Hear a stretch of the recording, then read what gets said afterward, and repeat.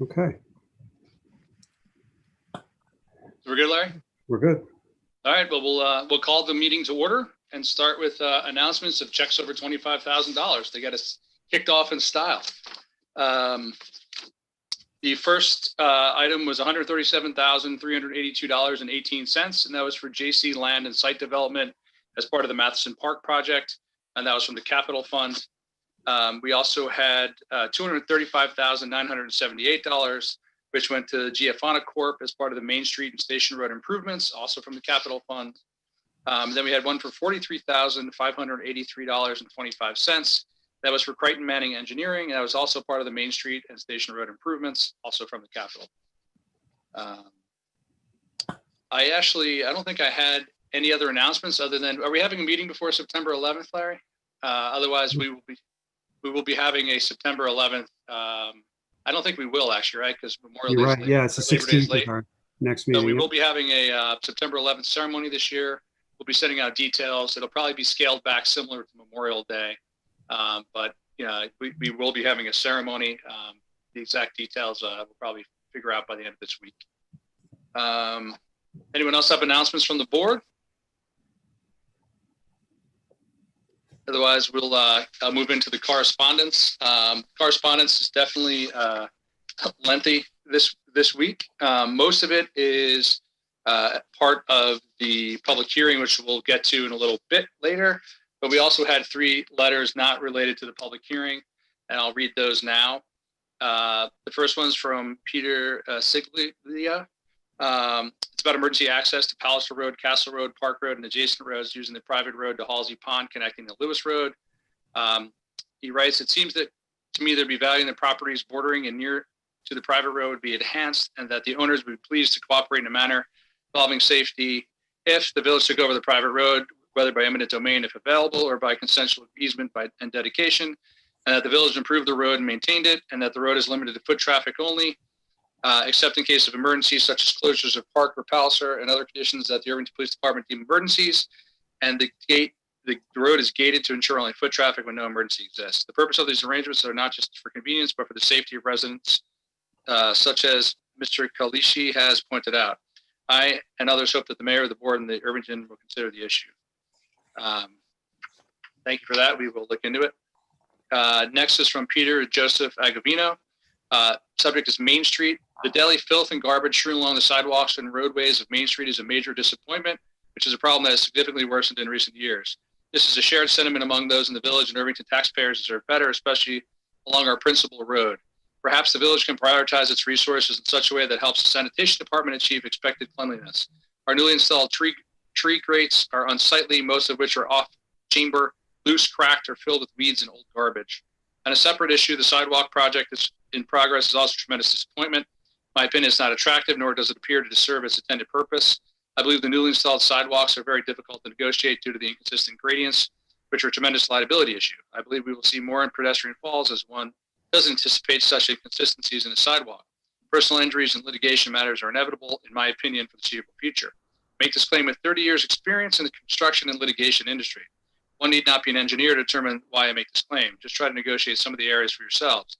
What will take the winter months ahead when ice and snow exacerbate the situation? I'm sorry to say we are definitely not in a better position with regards to pedestrian safety than we were before the project began. I believe a coalition of voices such as the Irvington Main Street Business and Homeowners Association may need to be explored. That is an association comprised of homeowners and business owners along Main Street whose members can communicate their concerns to the village officials collectively and efficiently. Thank you for that, Peter. I think the only thing I want to say about Main Street is that personally, I want to wait until everything's done before we see what needs to be improved and fixed. Obviously, we had one major section of that project that was unacceptable, and that was, roped off for about a month, Larry, and now it's being addressed finally. So, It just got reported today. So hopefully that came out better. I didn't see it. I saw it torn apart, but I didn't see it rebuilt. So it's already starting to seem better now that the construction is pretty much over. I do see places where we might want to lower the curbs or something, or around the curbs. I know personally, my 18-year-old daughter, I found out with an expensive tire that hit the curb on the way out of South Continent. And then her friend's mom hit the same curb about an hour later. So it's just something to think about. I know there is a period where people have to get used to it as well, but we'll definitely open to improvements forever. No one said this was going to be the end all be all of everything, and we're always happy to tweak whatever we work. The last non-leaf blower related correspondence we received was from Tom Thacker. The subject was enslaved African memorials. I'm writing to express my deep disappointment in the board's recent deliberations, in which many board members initially seemed determined to refuse and then decided to put off the decision to memorialize the role that enslaved Africans played in Irvington's history and Irvington's Main Street. I want to begin by saying I appreciate the board approved a memorial and place of reflection on South Buckhouse Street at the site of the presumed enslaved African burial ground. I imagine and hope that many students and residents of Irvington will visit that site to learn about the history of Irvington's enslaved Africans. At the same time, I'm sure the board is cognizant of the fact that this site out of the way will not be happened upon except by the most intrepid visitors to Irvington, indeed many Irvington residents, regardless of placement on wayfinding kiosks. History is above all about inclusion and exclusion, representation and invisibility. Over many decades, Irvington has chosen to publicly memorialize its history in various ways, among them a plaza honoring those who served in the military and domestic and distant wars, a memorial for the author for whom the town is named, as well as freestanding statue of one of its most beloved characters, and a plaque celebrating Irvington's founding, tenant farmers, and architectural history. That breezily glosses over the presence of indigenous people in the area and says nothing about its enslaved residents. Perhaps less evident, but nonetheless important, is the shaping of the historical narrative of the village are many of our street names which serve the purpose of celebrating a number of Irvington's earliest prominent landowners, many of whom we now know, thanks to research of Sarah Cox and Kathy Sears, enslaved other human beings. I understand the board wants to be thorough in its approach to the possibility of memorial mania sweeping the village's Main Street. However, I don't believe the recent idea of a blanket prohibition against memorials on Main Street, or for that matter in front of Village Hall, is the right approach. Indeed, at least until recently, the board seemed disposed to placing plaques proposed by Irvington Landmarks Preservation Inc. on the side streets off of Main Street, which would further the narrative of the whole wealthy landowners played in the village's history. I'm not aware of any board member suggesting a blanket ban in response to that proposal, but ask the board address the proposal for memorials of Irvington slave population on Main Street. As a standalone request that it is, decision is made to authorize an essential place to be mutually agreed upon. To do so would help signal Irvington's seriousness about embracing the ongoing national conversation about race and repair. Sincerely, Tom Thacker. I think the only thing I'll comment on that is we are open to doing something on Main Street. I think we've talked about that. I think we just wanted the construction to be done before we kind of found an appropriate place. So I think that's where we are. It's kind of an update, I guess, from that first meeting, but that was kind of, I think, the intention of most of the board was to, find an appropriate place. So onward and upward on that one. Is there any public comment not related to the public hearing on leaf blowers? So any other topics that are not on the agenda tonight, or I should just say not on a public hearing tonight? You're on mute, Larry. And I thought I pressed the button here.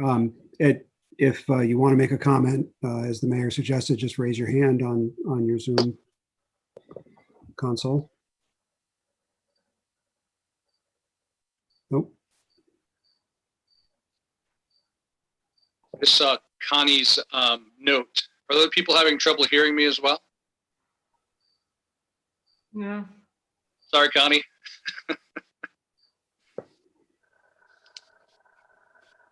If there's no public comment at this time, I will move to the consent agenda. Any questions on the consent agenda? Otherwise, I'll make a motion to approve the consent agenda. If I can have a second. Second. All in favor? Aye. Next, I'll make a motion. Larry, I see some hands raised. I'm not sure if it's too late for them or not. I'm going to assume they're for the Okay. lower public hearing. If you're not for the if you want to say something not related to the public hearing, that's fine too. But I will make a motion to open the public hearing and consider a local law amending the use of gas-powered leaf blowers. If I can have a second. Second. All in favor? Aye. Aye. All right, the public hearing is now open. I think, Larry, we didn't actually get a chance to talk too much about how we were going to proceed here. I think one of the most important voices for this board to hear is Joe Archino from the rec department. Right. He's been kind of doing our pilot test on electric leaf blowers versus gas powered leaf blowers. And I think, it's important to hear what he's found in the last year and a half or so. So I think we should kick it off with Joe and see what they found in the field in live conditions. Okay. Joe, Okay. welcome. Good evening, everyone. Can you hear me? Yes, sir. Okay. Well, I can tell you that the experiment at the O'Hara Nature Center has gone very well. We have used battery operated equipment on the grounds and in some of the projects just off the trail. I consider it to be extremely successful and see no reason why we would not continue to use battery operated equipment for the Nature Center. In addition, one other location where we've used the battery operated has been on Main Street at the I.K. Benjamin Community Center. We kind of felt trying to be a good neighbor and set a good example, that it was nice to let the residents and community see that at least on Main Street, which was again another small property, that battery operated made sense. And almost on a regular basis when we are working there, that's what we will use. We do not use any battery operated equipment on a regular basis in any of our parks. It just would not be effective.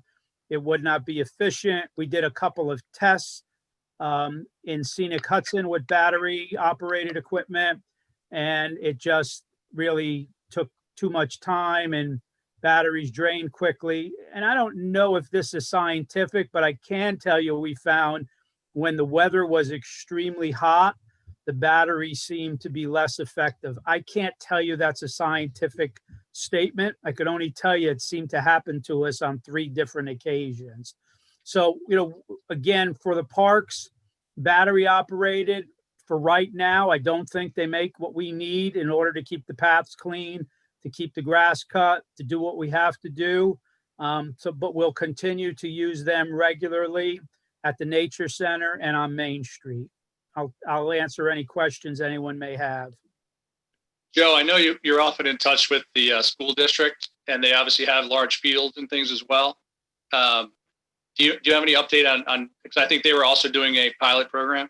Yes, absolutely. Gary Knowles and I speak on pretty much regularly on different things, and we try to compare notes. They're basically exactly where we are right now. They are using their battery operated equipment on any small area, on any spot that requires just a quick cleanup. But for all of their major areas and fields, they continue to use gas. In fact, we actually had a conversation today because we were discussing a program. I mentioned I would be on tonight and asked him if there was any change. And he said, no, we're exactly where we've been. And how about any of your other colleagues around the county? We've been so consumed with trying to get programs started that we've really not gotten too deep into it. But I don't know too many people. I don't know anyone who's using battery on any park that we would say is similar to Memorial, Matheson, or Scenic, unless they have a much bigger staff than we do. So why does the staff side? You're talking about bigger staff because they can Well, spend more time? Again, it just takes a lot of time. I mean, to do the Nature Center, we could go through 2 to 2.5 batteries, and you carry one, but again, there's the 2 guys there. They're very good at running them. To put a battery piece of equipment in the hands of a summer helper with the expectation of being able to exchange batteries, get back where they are, again, it's just not an efficient thing for us. Chris and Scott, if it was in their hands, it would be better, but it's very frustrating when you've got a list of 20 things you need to do by noon, if that time gets slowed down because you're using a battery operated piece of equipment in an enormous park. And Joe, how about, you talked about clearing the paths, and some of the things that we've heard in some of the letters refer to light snowfalls and trying to clear pathways with light snowfall. Again, is it a question of they're not efficient, they're not capable, it just takes too much time to do that, or they just can't do it at all? A lot of times, Doc, it will depend on where the guys are, what vehicle they have, and what's in the vehicle that they're ready to do their work with. There's very few times when we've used blowers to deal with snow. We're lucky enough that in Scenic Hudson, because we try to get the pathways open so quickly, we have machines that basically cover the width of the pathway. So we can put a guy on the machine, he can drive the paths, and we can get it cleared relatively quickly. If it's a light powdery snow, would we pull out the battery blower on Main Street? Yeah, we probably would now. But once the snow is wet, the battery won't be too effective. And we just don't like the look of the gas blower on Main Street. And in the parks, again, I don't think it's that important for us because we have so many other things that we use. A lot of times on Main Street, we use a broom, believe it or not, because you could just push the snow right into the street.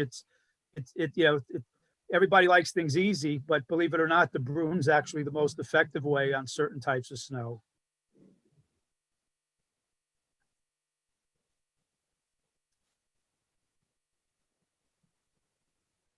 Any other questions for Joe? I'll just editorialize for a second based on what I've seen. If, I happen to live in a condo, but if I did have a home with a normal size yard, I'd have absolutely no hesitation to get a battery pack piece of equipment, probably a blower, a chainsaw, and a weed whacker for sure. And because I think it's effective and I think that's the place for them. But if I was lucky enough to have a very big backyard, I don't think I'd feel the same way. So Joe, a quick question. We've also heard there's some issues, not with battery life per se and having to swap stuff out, but with nozzle velocity, so that there's been comments that the electric blowers can't reach the same end velocity as the gas blowers. So they're not able to pick up certain types of things. What's your guys' experience with that? No impact at the nature center. One of the things that we did find was a little frustrating when we did some experiments in Scenic Hudson. So like wet leaves versus dry leaves, is that what you're talking about? That or just the size of the material you're trying to push. If it's, pushing leaves or pushing mulch or something heavier, wood chips from a tree or something like that. It depends on the material. That's why a lot of times with the guys, if they're in a gator, they'll have multiple things with them so that they'll use what's most appropriate. I do think that the technology will get better. I do think that battery pack equipment will become, something that in a few years from now, we won't have to have this conversation because they will be more effective. But today, big places need gas. I don't want anybody to get angry at me for saying that. Well, Joe, you've only been here for 35 years, so I'm not sure we can trust your judgment on this. Yes, tomorrow is my beginning of my 35th year in the village of Irvington. September 18th, 1986. I'm old. So you mentioned in passing, you brought up the condo word, and I was wondering if you had any impressions. You said on a smaller residential property that the equipment made sense. Now, what kinds of things would be impediments in your view of things in terms of use of the equipment in a condo or apartment complex environment? You're a little low, Mark, so I didn't hear you. Are you asking me the impact it has on a condominium setting? Yeah, let me get closer. I'm sorry, I'm talking softly. Yeah, I'm just trying to figure out if you guys have any impressions or your, I guess it's a question about, okay, so medium-sized to small-sized residential properties aren't an issue, but what is it about condo properties that make it an issue? Well, it depends on the size of the condo. I'm in a 10-unit one. So, they could use any piece of equipment here and they'd be effective. Down the street from me where there's 120 units, I'm not sure they would encounter the same ease that they will be on my property. I think it's individual to the property, the size, who's taking care of it. In most instances, how many crew they have working on that location. Do you need more crew with electric equipment? Well, it's going to take you longer to do things. So it depends what's on your schedule for the day. If it was a day where we had very little to do, let's say everything got rained out the night before, there was no way people were going to be in the parks, and we had to just blow off the basketball court at Scenic Hudson, just to pick an example. Might we pick up the electric blower to do that? Yes. But on normal days, normal operation, speeds everything. I could give the guys a list the day before, and by 7 o'clock tomorrow morning, I may have added 5 new things to them. And that happens a lot. So, yeah, gas is quicker. Less men can do more with the gas, cover more area, more effectively, more efficiently, in my opinion. The guys at the nature center, they like going, they're in nature. They do everything at a different speed. So electric is perfect battery's perfect for them. Joe, while we have you, there's 2 questions that have been entered in. One relates to what the decibel level is of the electric blowers. I'm not sure if you know that, but it's probably something we can follow up on. And the other is whether there's any mulching of leaves going on in any of the rec department properties, like the lovely leaf. I'm pretty proud to say I think we were the first people to mulch in Irvington. There's a video of Chris DePaoli on YouTube that is very, very old, and it's him talking about mulching leaves in Matheson Park. So the answer to that question is yes, we do mulch. I do not have the answer on decibels, Larry. That's, I've been getting that from my guys, will not be difficult, but it's not something I know the answer to. Okay, thanks. There's a whole range of product out there. If you go and look, and a lot of the electric ones are geared at 65 dB or less at the nozzle. But that's not full throttle. Okay, any other questions for Joe?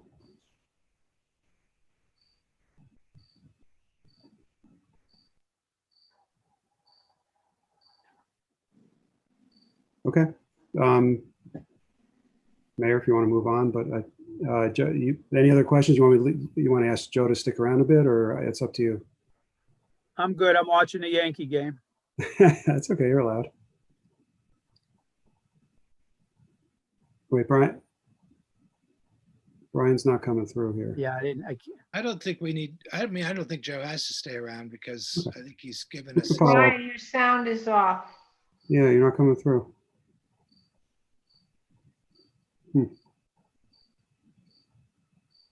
Weird. Okay.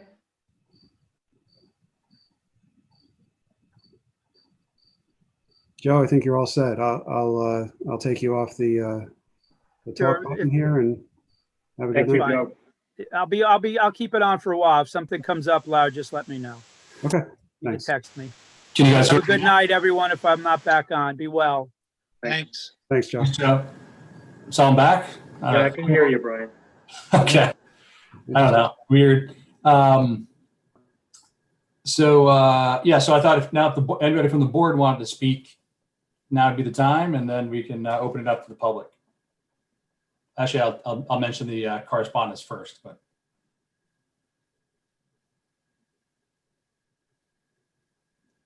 Or we just want to listen.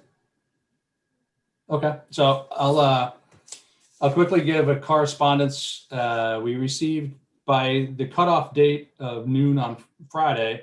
We had 26 letters opposing the local law. And as of this afternoon, we had about 38. The most common reasons, and again, not in any particular order, and Larry, thanks for putting together a summary sheet for us. Maintenance more expensive and more time consuming, negatively impacts small businesses, creates unsafe conditions when snow can't be removed quickly, consider exemption for light snow removal, needed for maintenance to the village right of way, allow their use only during spring and fall. Wet leaves cause hazardous road conditions. And we had received 7 letters in support of the local law by noon on Friday, and we received another one today.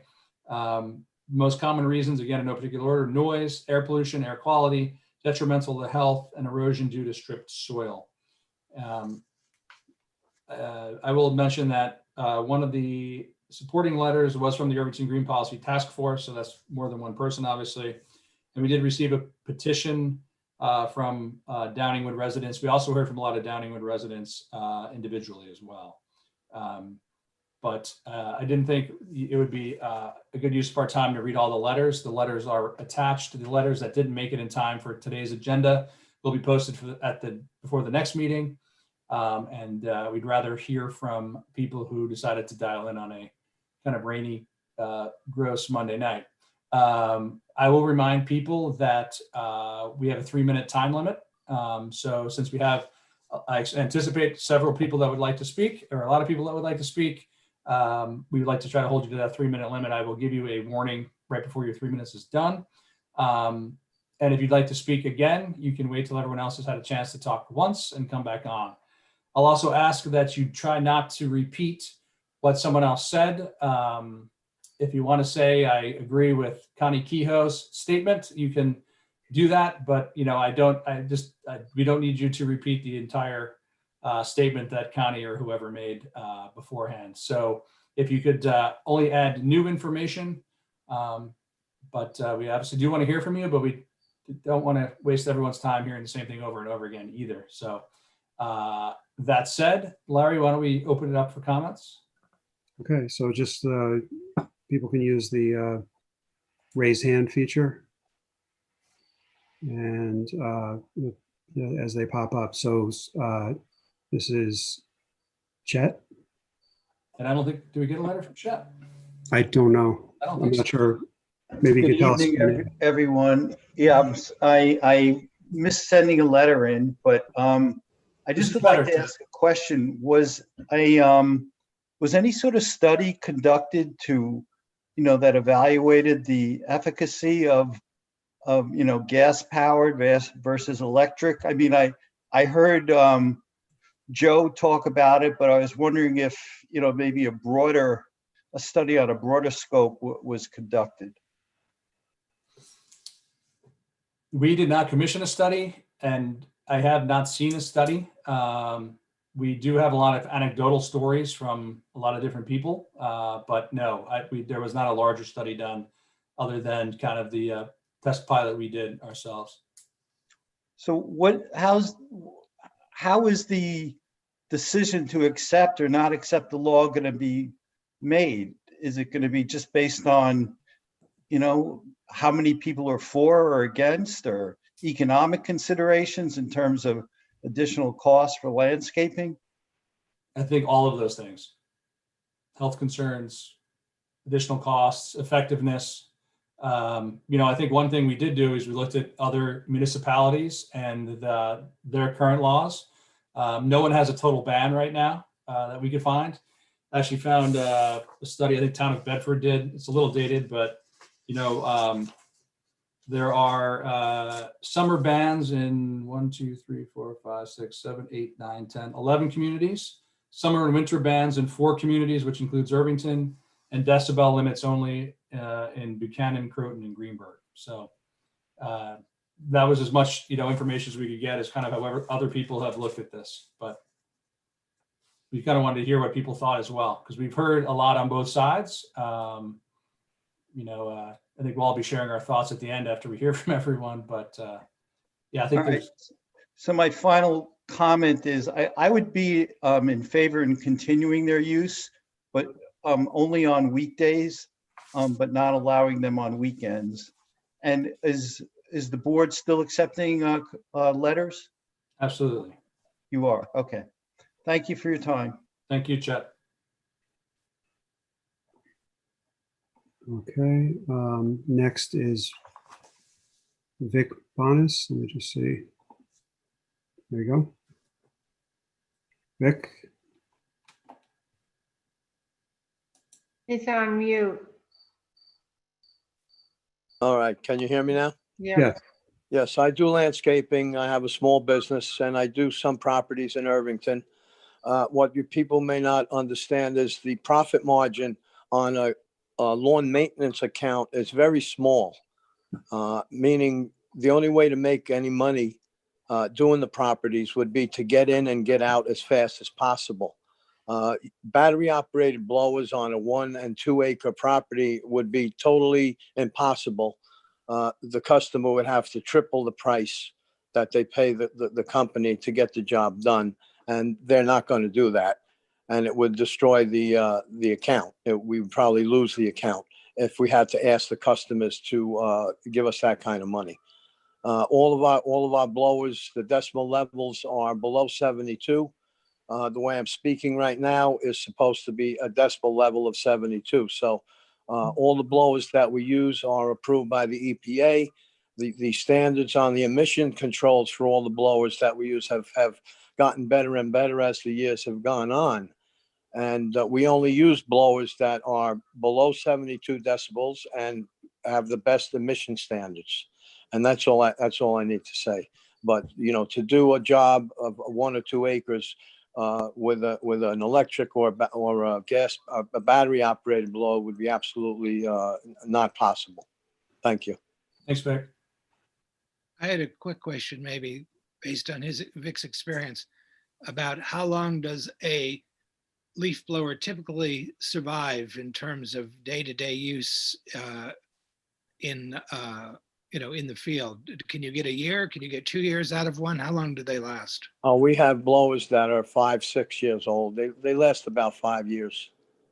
So those may not match the most recent environmental requirements if they're 5 years old, but Well, as far as I know, the most recent ones, the most recent EPA standards came out a couple of years ago.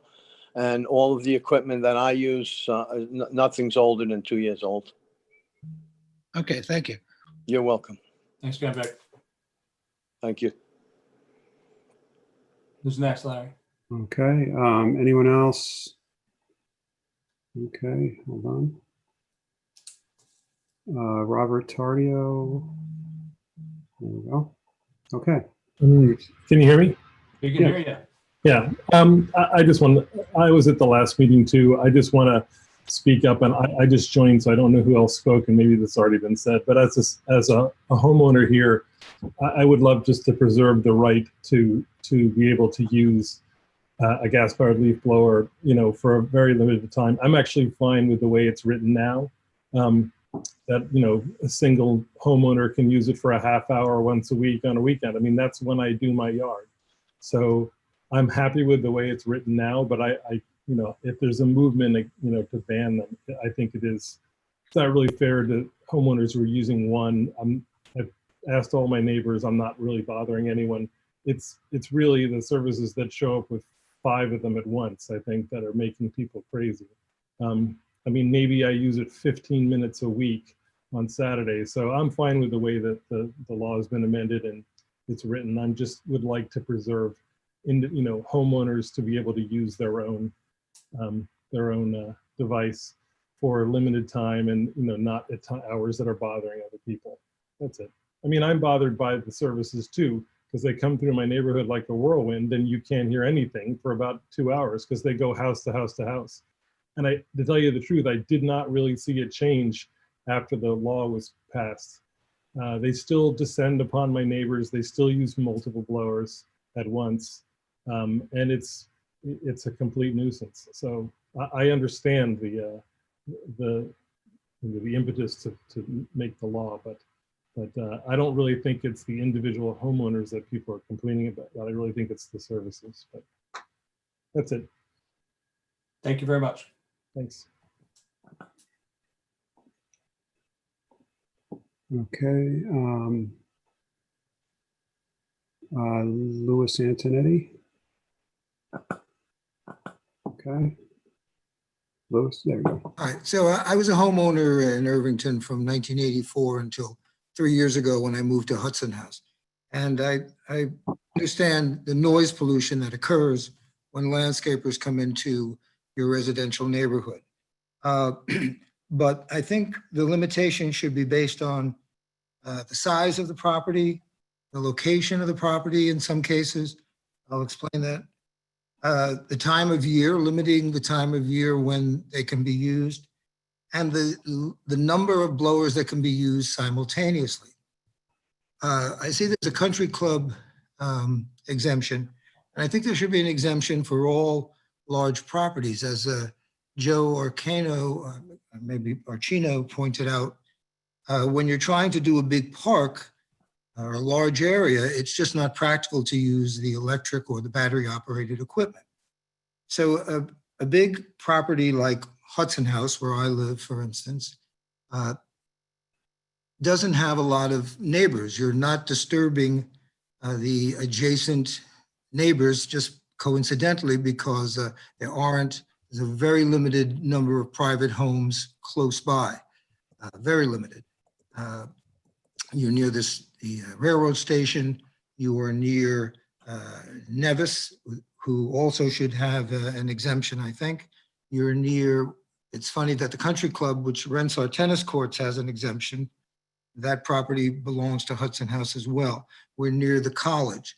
So, but still, when our landscaper comes, who has sent you a letter, Anthony Volpone, they should be limited perhaps to how many machines they can use simultaneously, but they should be able to use the machines. So I think I've said what I need to say. Thank you. Okay.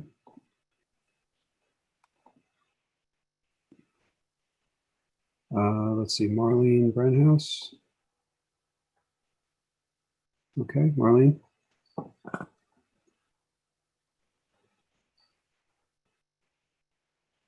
You're on mute.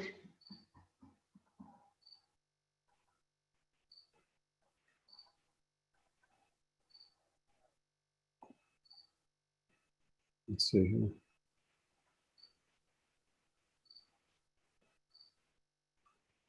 Okay, we can. Yes, there we thank go. you. Thank you. I just want to point out that we are still in the midst of a COVID-19 crisis, and that during the governor's bans that landscapers were, of course, not working in that period of time, but also thereafter gas blowers were banned for a period of time. I believe that this is an ongoing situation, and they should be banned certainly during this entire COVID-19 crisis, and thereafter for health reasons. It's an unnecessary risk to those people who are already affected with breathing issues and those who may become affected by them. It's a major health hazard, and it's been written about by many medical and scientific in many medical and scientific journals. Thank you. Brian. Yeah, They are currently banned until September 15th under the current law, so people can't use them now anyway. Okay. All right, Gwen Merkin.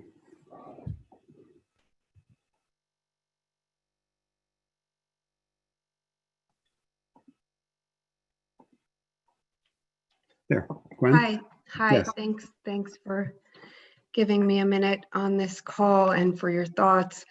I just wanted to share an experience from this past week of gathering a group of 11 and 12-year-old girls for a nature program in which we were very much disrupted by the noise and the pollution of leaf blowers. I understand that they are currently being banned, but as you are well aware, I'm sure, this is not fully being implemented at this time. But it prompted me to join this call and share this moment, because I think, first of all, it prompted a moment with the girls at the program to say, hey, they were really getting upset about this. And I said, hey guys, we have a voice in our own community. We can join this Zoom meeting I invited them to be here, some of them may be listening now, to say this issue is impacting us deeply because of the sound, the noise pollution, as well as the air pollution. And as other people have noted, we're in the midst of a pandemic and times are very different. People are really trying to use the outdoors much more. And during the school year, people are going to be really trying to have outdoor classrooms, outdoor time, and spending as much time outside. And the disruption that I think that this situation causes is something that needs to be significantly considered. And I think there are models out there. We're not the first to have contention over the issue. And I think we can come up with a reasonable approach. We can look to some of the other models and create our own that accounts for some of the issues that have been brought up about the impossibility, supposed impossibility of making this work in certain acreages. And can we create a layered or a tiered approach that is very thoughtful so that we really do every single thing in our power to minimize the pollution and both noise and air that results from gas-powered blowers of all sorts. Thank you very much. Thank you. All right. Donna Pastuca. Hold on. There we go. Donna.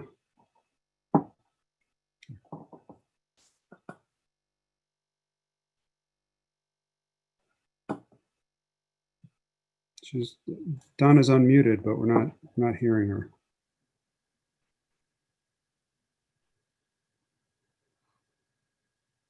Want us to come back to you, Donna? Yeah.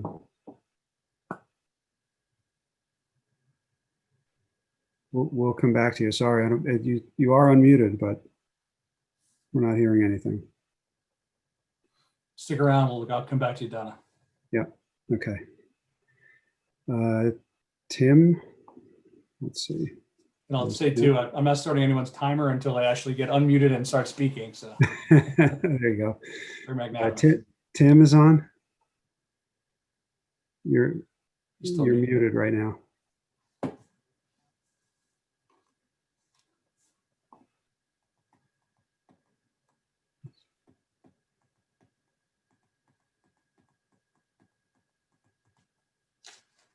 Tim, you're still muted. Okay, can I be heard now? I'm sorry. Yes, there you go. Should I turn off my speakers in my office so we don't get a circular sound? Does that create a problem with Zoom? I'm not fully familiar with this platform. You sound okay. Yeah, okay. You sound good. Okay. All right, so I'm just take a moment and read what I've written here. My eyes will be on one screen. I'll try and come back to the other, or if you have a question or a comment, just jump and cut me off, jump in between. A little over 10 years ago, or approximately 10 years ago, I was asked by the Village of Irvington to come in and help develop the LELE program. I spent a great deal of time with that commitment, and I was assured at that time that, because I did ask very directly, is this an attempt to do a slow track to eliminate blowers? And I was assured at that time it wasn't. A few years ago, when I was asked by a trustee board member to come up and help educate the village board, when you were looking to do the partial seasonal ban, to do the wording correctly, I was further assured that no, this was not going to be an attempt to slow walk to a full ban. Yet here we are, just a little over 3 years later, we're looking for a full ban. So I find it a little troubling the way folks didn't keep with their initial statements and now have backtracked or just couldn't be trusted in the first place. So what concerns me also about attempting to do this law is, and it feels like it's trying to be fast tracked, is why would you attempt to have this conversation when, starting in the month of August, at this time when the village is largely hollowed out, families may be away on getting the last of summer vacation, or college. Tim, I will cut you off there. It's because we want to start the conversation. We're going to have it multiple times. So. Okay, so I wasn't aware of that. I heard one meeting. No, people always say that we've never had one meeting on an important topic. So you can skip that. You can skip that part. Okay, well, and I'll also say that nothing's been voted on. So, whatever was said 3 years ago or 10 years ago. Let's see what happens now, but we want to have the conversation. So if you have something to add to the conversation, Well, please. certainly I do, if I may continue. You're 2 minutes in, so Does that count the time you cut me off, or did you pause? I'll give you 15 seconds. It's unfair. The gentleman, Joe, was able to give endless time, and I have very important detail to give to this, but I'm going to be chopped at 30 minutes. I see I'm not wanted in this conversation, but No. You can come back at the end, Tim. And Joe Archino works for the village. He's been doing a pilot program for us, and we wanted him to present that. So okay. Go ahead. So my point about families are distracted at this time with whether or not schools are going to open, with the governor. Kids are already starting to go back to college. So families are distracted right now. So this is not the best time to start this conversation. Although fair, you just said it's going to be multiple meetings. That wasn't, I didn't know that before this moment. Also using Zoom, as you see, is kind of clumsy and awkward versus waiting until a few months from now when we may go back to live meetings, when we could be there in person and have face-to-face dialogue. This is sort of a clumsy way to do it. Secondly, you ignored the second largest stakeholder in this whole conversation. The landscape industry, the contractors, were never notified of this. It was only brought to my attention by a fellow landscape contractor who was told by his homeowner about this. You have our contact information. You contact us every year for the permit and the fee, yet you never made any effort to contact us directly to say, hey, look what's coming up. Would you like to participate in it? It was only based upon replies when I made inquiries did we then learn that there was going to be this issue. And then I quickly spread the word with emails to different landscape contractors. Well, I can tell you that I personally reached out to several, and we plan to send out an email to everyone after tonight's meeting before the next meeting. So I was curious An why. email was sent earlier in August. So, but anyway, go ahead. No, there was no email sent to I never received an email. And I've spoken to numerous homeowners who weren't aware of this as well. I'm wondering why the village didn't make an attempt to really fully get this information out instead of doing the legal minimum.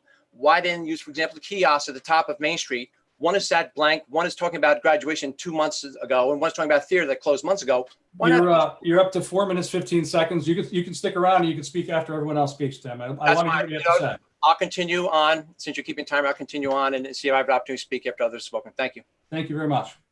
Who's next?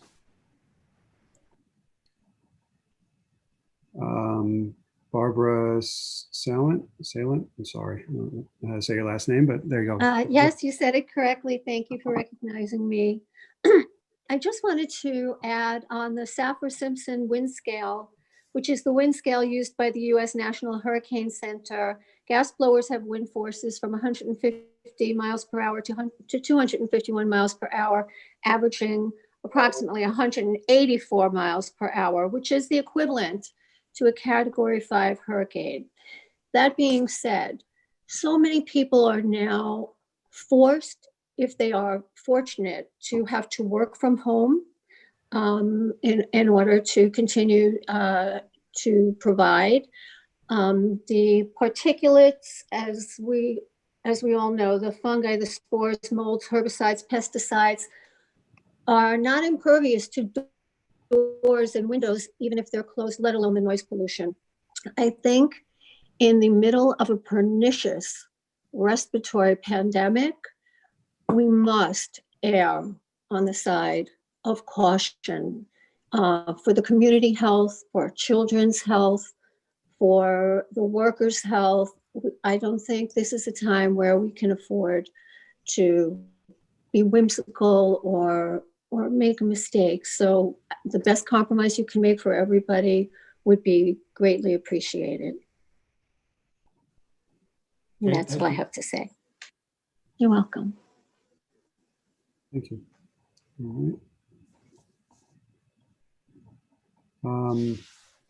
We can try Donna Pastuca again, just to see. Let me Sure. try. Donna? Still on mute. Yep. There we go. Yeah. This is actually Greg Pastuca, Donna's husband, and okay. I'm sorry, we were on a different computer, and so now on a laptop. No problem, Greg. I just I want to add to the discussion. I'm a homeowner, and I take a lot of pride in the care of my property, and I use the blower sparingly. I used it for about 15 minutes, And I think, it's something that really enhances the overall look of the property. I also realize that, I'm getting older, and using a rake to clean the property is something that is going to impact me in a negative way. So I use the blower sparingly. I'm really considerate of my neighbors. I don't do it at hours that would, bother them. And if somebody was to ask me, to take a break, I would, obviously, as a neighbor and a concerned, homeowner. So I just would like you guys to take into consideration that, guys that take care of their own property should, I don't have the funds to hire a landscaper, and I certainly can't get 3 or 4 other people to help me rake. So, I'd like, some consideration from somebody like myself, for somebody like myself. So maybe you guys can consider that as well. Thank you. Thank you, Greg. Okay. And let's see, Andrea Kish. Andrea?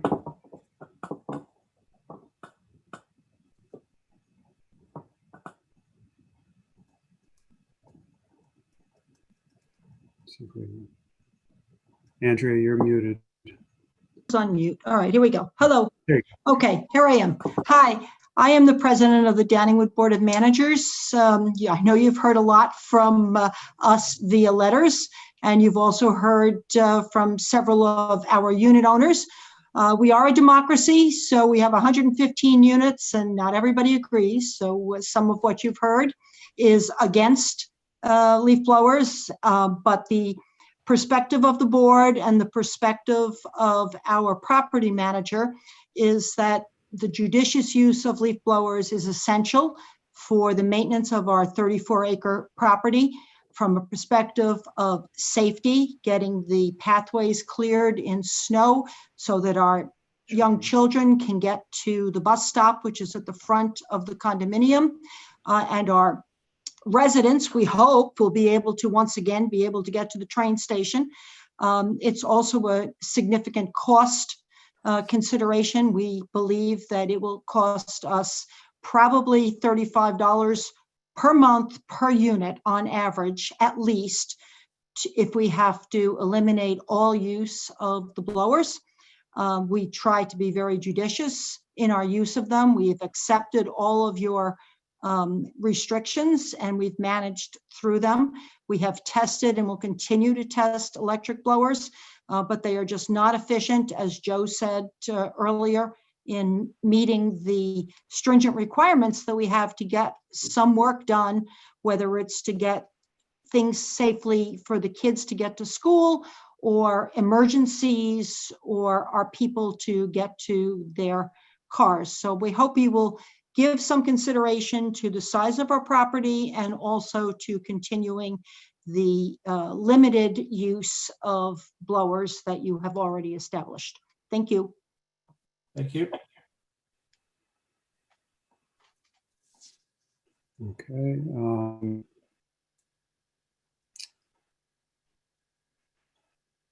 There was another hand up, but I don't see it now.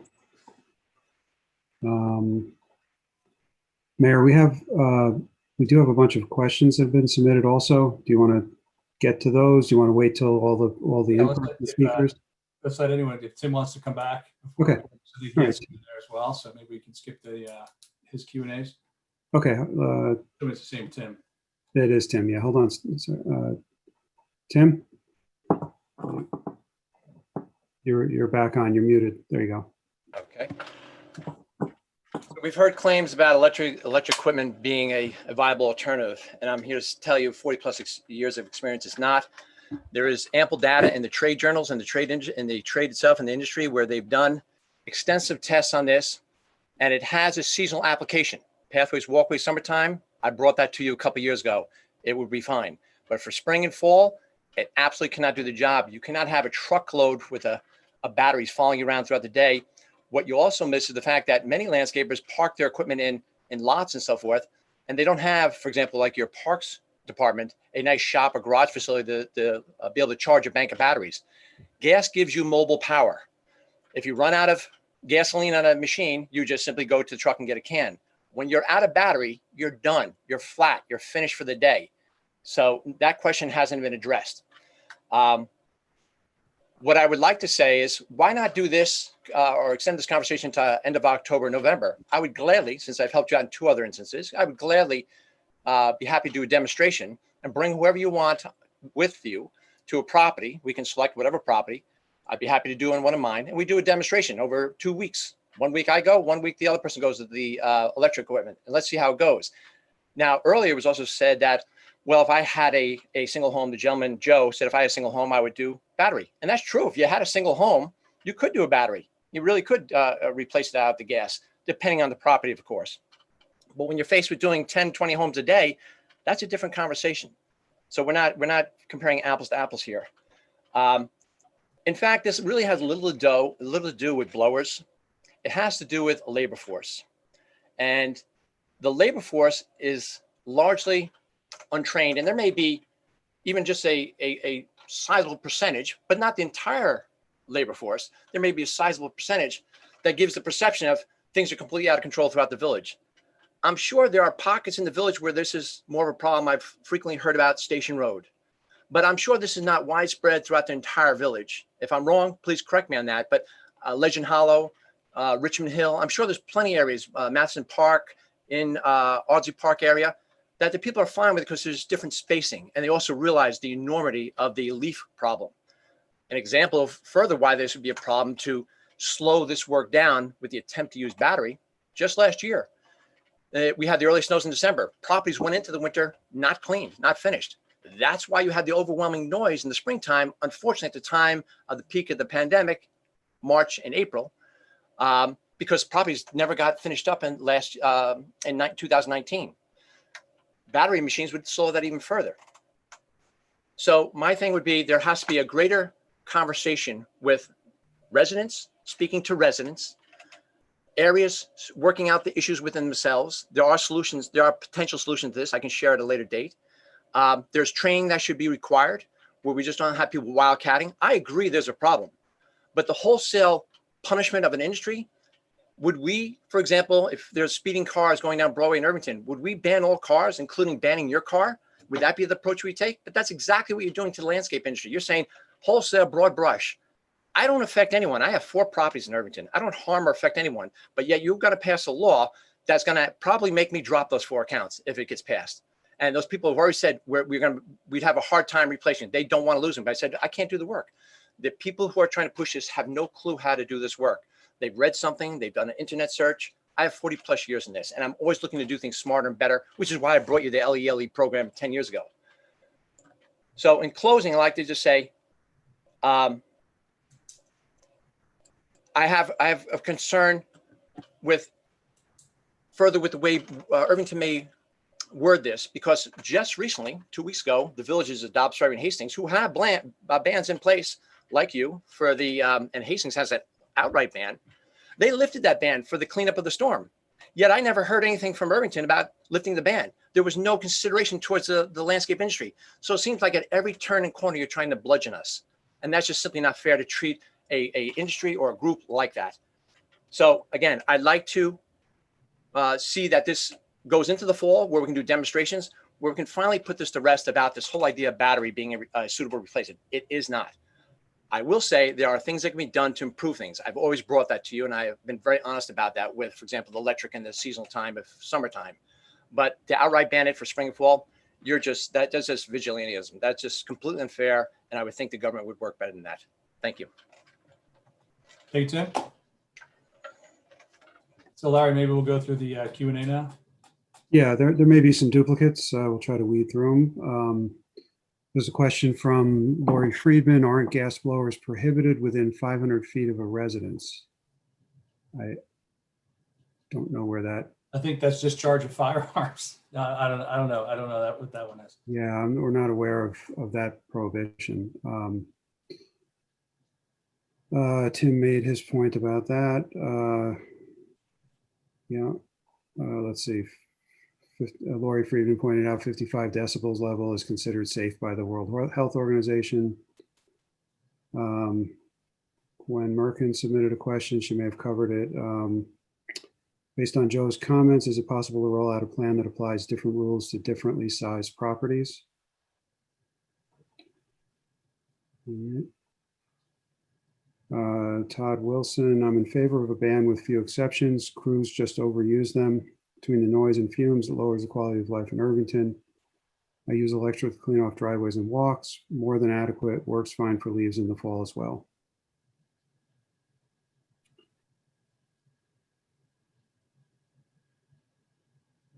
Let's see here. I think Lori wanted to send a letter too. She can send it to office@irvingtonny.gov. Is that the best one, Larry? Yep. Okay. I hadn't gotten to that one yet. Good. And that's that. Okay. Lori agreed with Marlene Brunhouse.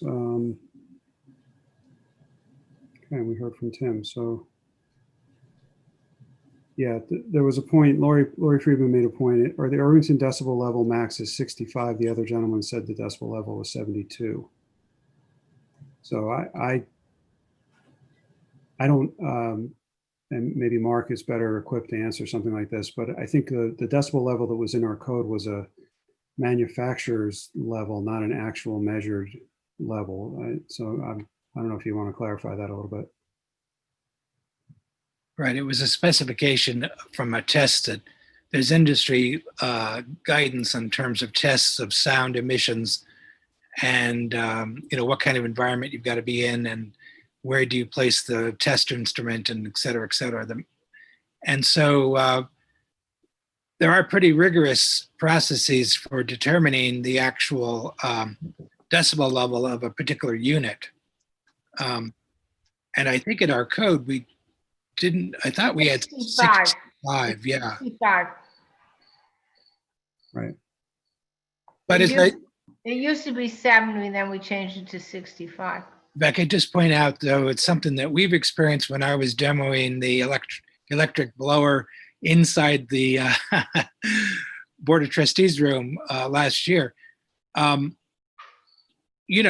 Noise is relative to what's going on around it, meaning if you're using it inside a room, it's going to appear to be much, much louder than if you're using it outside, for one thing. The other thing is just that, of course, the actual noise is based on, is never, in the specs, are never based on 100% throttle. It's based on about, if I remember correctly, about 70 or 75% throttle is where they measure the sound from the nozzle itself. But obviously, if you're working at only 75% throttle, you've got quite a bit more room to go in terms of speeding up the motor or the engine and in generating additional noise levels.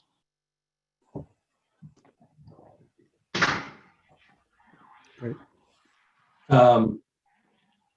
So, I think it's probably time to get back to what we're thinking at this point. And, again, I think it's more than appropriate to keep this open for a few meetings and, get more information from people. And, I think we wanted to get this discussion started as we head to the fall. That was the whole point of it. And, it's never the best time to start. So where I've kind of come down on this is, I think my biggest frustration is, like, even with our current ban, I still see leaf blower usage pretty widespread. And what I blame for that is not lax enforcement, because I know I've talked to the police department. I've known they've gone out a bunch of times. I think last time we tried to do too many things for too many people. And I think we need to simplify the law. I personally, I don't think a full ban makes sense. I think there's a reason no one else has done it in Westchester, because I think that the electric leaf blowers simply don't work well enough in the fall, especially when you have leaves that are wet and then it rains on them again and more leaves fall and it's wet. And, I just feel that it's almost impossible to get those up. I also feel that in the summer, when you mow my lawn, you don't have to have 5 different people with 5 different, 3 walk behinds and 2 large backpack blowers blowing every single, piece of grass off my driveway also. hopefully I'm not struck by lightning.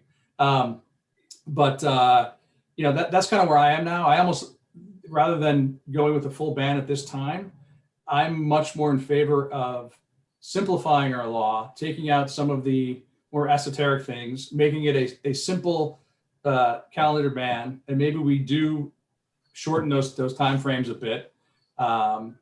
And that's kind of where I am right now. From talking to landscapers, from talking to neighbors, from talking to property owners. That's kind of where I am now. I'm happy to listen to you guys, to more input from the public, but for me, an outright ban I think it's almost like our idea of replacing cars with electric and hybrids. I think we can use them in a lot of places, and every year they get better, and every year we add more. I feel that we're going to get there someday. I just don't think we're quite there yet. As Joe said, maybe in 3-4 years. I think I'm happy to be the first, when it's time, but I don't think it's necessarily time yet. I think it's important listening tonight again to hear what folks were talking about.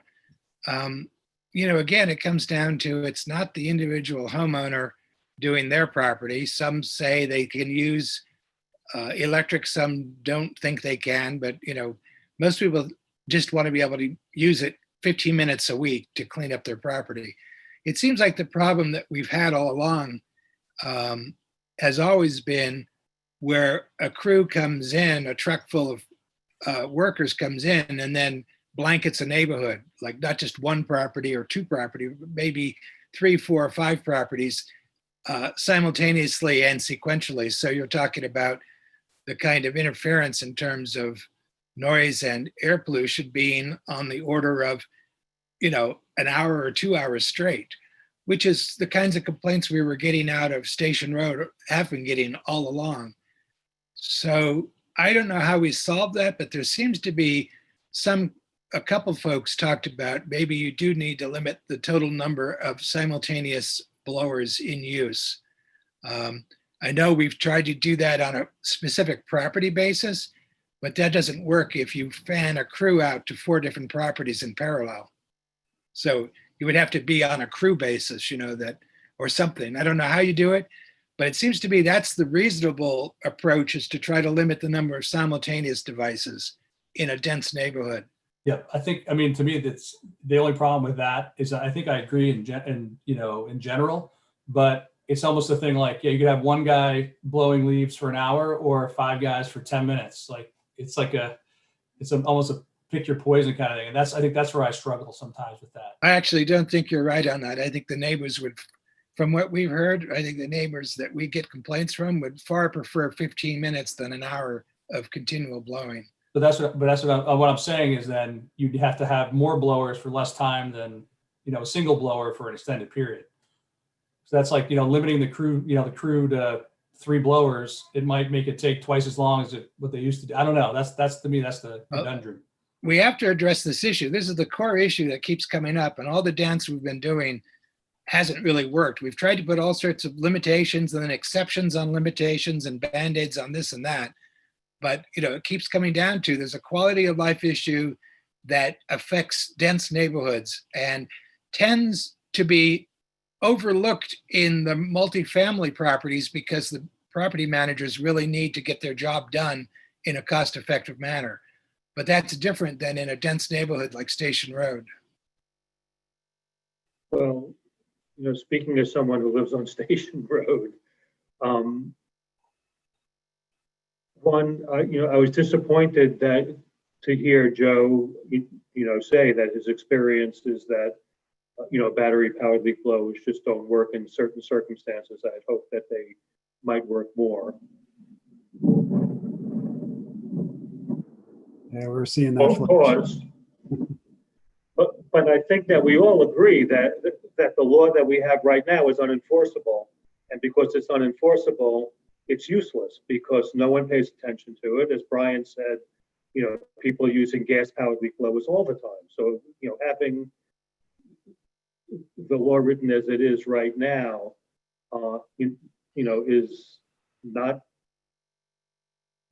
workable the way it is. If homeowners, I'm hearing homeowners say that they use their gas-powered leaf blowers for 15 minutes. I mean, it seems to me then they could use a battery-powered leaf blower for 30 minutes, and they'd be saving the environment, they'd be saving people's health and people's hearing. So I'm not sure, as much as I'd like individual homeowners to have an exception, as we said before, we're making exceptions in so many places. That might be one place where we might not make an exception. I'd also like to hear from, I know, and I haven't met them individually, but I know that there are landscaping services that are currently using battery-powered leaf blowers. I'd love to hear from them how they do it. I'd love to hear some of the alternative care that they use and that homeowners can accept to, have battery-powered leaf blowers be used. I know that the goal, still is pristine property. And we've heard that from, a number of the letters which you've gotten. We're proud of our property. We're proud of how pristine it is. And I'm really sensitive to the cost factor. I mean, that's the thing that I'm hearing that, is most concerning to me, but I'm not sure people have looked at alternate care procedures or results.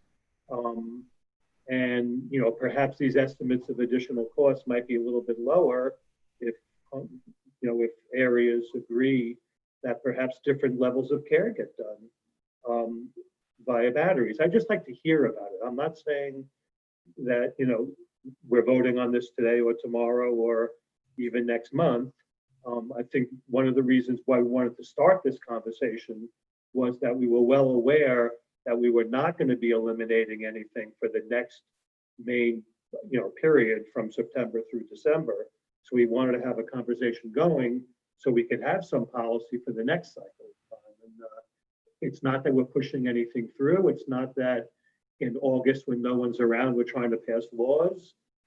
Anyone who watches us, anyone who's consulted for us, if they think that we're passing a law the first time it comes into the public domain, I mean, that's crazy.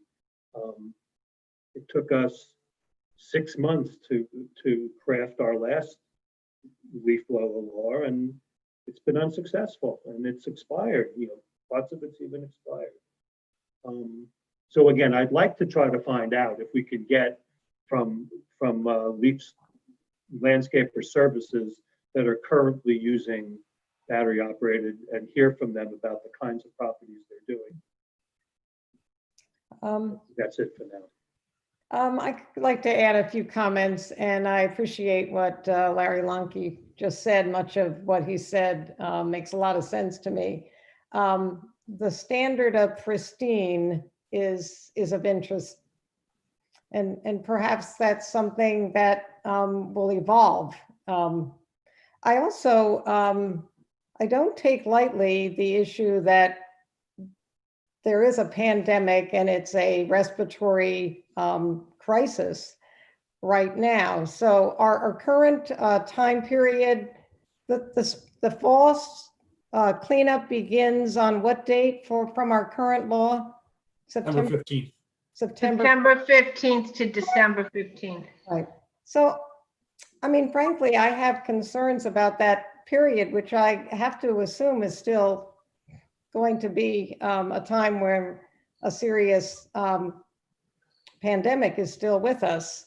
So I do agree that talking about it now and bringing us up to the period of September 15th, I'd like to consider and think carefully about what we might do on that date, especially given the particular health issues. I wanted to comment to Gwen that the layered, nuanced kind of law that she proposes, and I so appreciated her comments about the children and how much their nature walk was disturbed. So we did work so hard to have a layered, nuanced law, and it's very complicated. I applaud everybody who can read through all of it. It's an important attempt to get it absolutely right for big properties, small properties, but I'd say it's not working terribly well. So that's why we're at this point right now. So I think we need to revisit this, and I'd like to think by September 15th, we can think carefully about whether or not there's going to be any change, given the time that I expect there'll still be a pandemic around us. Thank you. I didn't think this was a very good start to the conversation. It's impressive how many people both wrote and spoke tonight. I think we need to talk more, and I think we need, one of the frustrations here is always getting more people involved in the conversation and getting all the information. I wonder, and I was thinking about this coming into this tonight, if we could think about breaking out and having a task force or smaller groups having conversations. So where I think a lot of homeowners just hire a landscape crew and don't think about what they're doing or the equipment they're using or when they're going to come or how it's going to work. And maybe people need to start talking. I'm very sympathetic to the people on Station Road. One of my neighbors was on the comment board, and so I know exactly the noise he's talking about. But as is typical, there's, it's a need to balance many different factors here. So I wonder if we can't send out, I know you did it, Larry Schaffer, but maybe again, an email to all of the landscapers who are registered, figure out a time when people can actually sit and talk to each other, perhaps in smaller groups. I agree it's a problem. Even people, sometimes when it's, oh my God, isn't using, but if it's your own gas leaf blower, you might not like the noise of it. So, but I'm also, heard the guy who said, I can't rake anymore. It's very easy to see what we think is like the right way to do things, but we have to consider this is a community of residents of different abilities, of different ages, different sized properties. We have a landscaper industry. We have people who have jobs here. And I think what we come up with has to consider all those factors. And I'm glad we're not voting on anything tonight.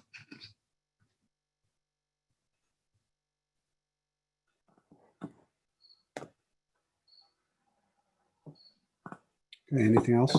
Anything else on this? Otherwise, we get to talk about it. I mean, I do think, looking at my my Westchester County guide here, there are people that have it, September 30 is one date. There's people that have it October 14th. I think that's something else we could probably talk about with the landscapers about, when the leaves really fall. It seems like it's later and later to me each year. So maybe it doesn't have to be September 15th. And I think, to me, having the summer ban when there's still such widespread use, makes the whole thing moot anyway. So it's like, I think we have to do something. And I'd like to talk to the landscapers about why they have to use them 365 days a year when they're, which is what I found just from my own landscaper who I've had to say, half a dozen times, you don't need to blow my driveway every time you mow my lawn with the gas powered leaf blower or any leaf blower for that matter. And then my neighbors, on two sides of me, use them all the time. Abbott House did as well, which is on my other side. But I asked them, I kind of reminded them of the ban, and they voluntarily stopped. So, but and they were doing it for hours, and it was from 7 in the morning till 9:30, that kind of thing, twice a week. So it just doesn't make sense to me. So I think talking to some landscapers about why they have to blow for 2.5 hours in July and August, I'd like to know also. So whether it's gas or electric.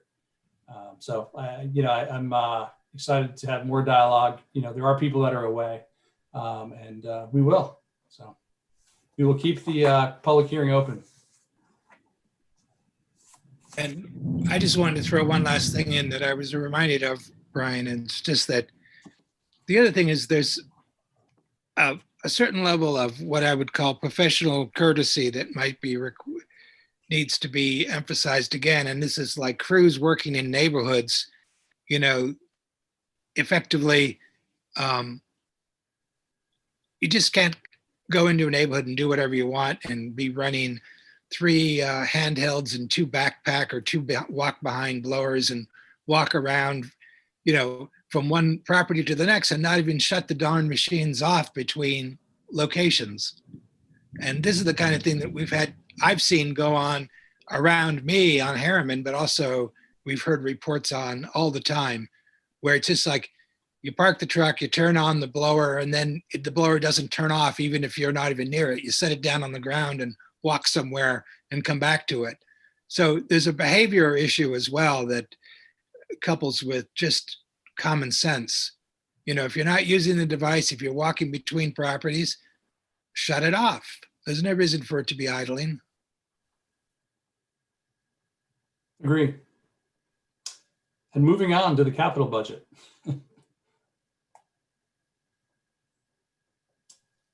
Brenda or Larry, just want to let us know, were there any changes from the last capital budget we looked at? Yeah, so a couple items changed. One was the town hall clock tower restoration. We did bump up the funds on that a little bit, revise that estimate upward. I think it was, hold on a second here. Yeah, total project is 390. We've already allocated 40 of that, so we bumped it from 250 to 350 basically. So it's an extensive project. There'll be scaffolding again up on the roof around the clock tower. Just one quick question on that. Do we think that that's going to fix the leaks in the theater? Is that yes, that's the plan. That has everything to do with what they're experiencing right now. Okay, good. Yeah. So no, the roof's in good condition. It's a clock tower that's porous right now. And then there's also a wrap up of the firehouse interior project. If you recall, because of roof leaks and other happenings, the interior of the firehouse was redone, and there's an overage on that, not based on any extras or anything like that the fire department put on, but just that the project was more extensive than we originally thought, and we got a little bit less on insurance recovery than we expected, but we did recover a fair amount as a result of the roof leaking and the prior contractor not handling the roof correctly. So that was added. That's 85,000. And that's it. Brenda and I went through in some detail and pulled a few projects out of borrowing and made recommendations for that to be appropriated from our fund balance. Brenda, I don't know if you want to summarize any of that, but really just it's a commentary on where we are from a fund balance standpoint as a village. Right. As we previously had indicated, we have a very strong year last year, our financial results, and it's we had projected a fund balance of about 700,000. It really came in excess of that, closer to 900,000. I didn't really prepare any notes on that, but it was strong, and it comes to where our fund balance is about a 30% reserve as compared to our budget. So where we always hope to have it no more than 20 to 25, it's now at about 30%. So we thought it prudent to allocate some of those monies to projects we thought would be good, like we had hoped to accelerate the use of the operating budget to offset road and curb and sidewalk repair. So we figured let's use the fund balance for that because we couldn't do it in this year's budget. That was one item. That's a perfect example. So there's a bit of a roller coaster on that item. We had allocated $120,000 for paving, and of that, 60,000 of it was coming from the operating budget. The other 60 was coming from bond issuance. We then went into the budgetary process in the middle of the pandemic, and that was an area where, because we had to back off on some revenue estimates, we put that back in, pulled it out of the operating budget and planned to borrow for it. And now here we are in the summer with a fund balance that had improved even more than we thought, which is a good thing, but also from a wise standpoint, we're taking some of that and now returning it and avoiding borrowing as a result. So now we're recommending, as part of this capital budget, that 60,000 be used from fund balance and not borrowed. So it's a little bit of a roller coaster, but we were trying to react to the ever-changing conditions in the world. So, Larry, I know that, in general, you guys have been very conservative when you're determining, expected income, expected money coming in. So can you just briefly tell us why the fund balance came in even higher than you thought? Was it that your estimates for the effect on the economy of the initial close down last quarter wasn't as bad, or sales tax revenue? I don't even know if they've calculated that yet. If that came in at a higher number, or that's just how it came out for them. I so think, yeah, go go ahead. ahead. No. Either way. You can add anyway. The two big areas where we gained fund balance, well, one was on the sales tax, because throughout the year, we had not projected, we didn't budget for the extra 1%. So that was a big item right there. And then we did not receive an increase on the health insurance premium on January 1st. So normally we have an 8% increase there, and we did not experience it. But remember, we knew about those particular items. We knew about during the budget process. What happened was, what we didn't know about was what the remaining impact on the sales tax was going to be for the rest of the year, and that impact was not as bad as we were told, or projected by the county. So yeah, that had a lot to do with it compared to what we were telling you in April. Right. Yeah. So, and those numbers are in and they're final, right, Brenda? They're final, yeah. I mean, it may be close to 850,000 increase. I don't, somewhere there. No, but right. But it was better than but that's total fund balance. And then it's other lines where, Greg at that point during the budget process is still buying salt. We start those budget numbers pretty early on. I don't think it was as bad of a winter as we had previously had in past years. So it's a little bit here, it's a little bit there. That adds up. No, but I'm very comfortable putting money back in for paving out of the fund balance. I mean, that's where it belonged in the first place. So. Yeah. And it doesn't answer the question next year. It doesn't commit you to anything more than just this year's paving using the fund balance. So next year, we're still going to have the question about what to do with the extra paving money. Do we continue to pull that from or add it into the operating budget or not? In other words, this is a one-time commitment. It doesn't make your decision for next year in next year's budget process. So, but we'll get there when soon enough. All right. So I don't know if there were any other questions. We obviously went through this at the work session in detail. The impact, I had said at the meeting, at the work session, that I was going to redo the way the debt curve looks and have it be more of a flattened debt curve.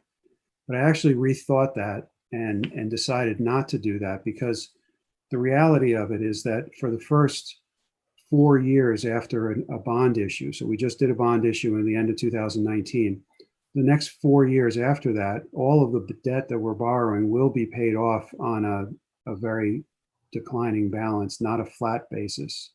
So it is the way that it looks like in these graphs that are in this capital budget. It's only when we actually go out and issue the bonds and do permanent financing that we then have a choice between how we pay off our debt service. So it wasn't really accurate to flatten everything out here. In this case, you can see from the, if I don't know if you have it in front of you, and I probably could pull it up. Yeah. I'm going to suffer from Brian's problem of trying to find the right page. So, but in any case, yeah, here we go. Bond resolution thing? No, not yet. It's just a graph. It's just one of the graphs that I want to just bring up just for to illustrate the Yeah. the statement here. Hold on.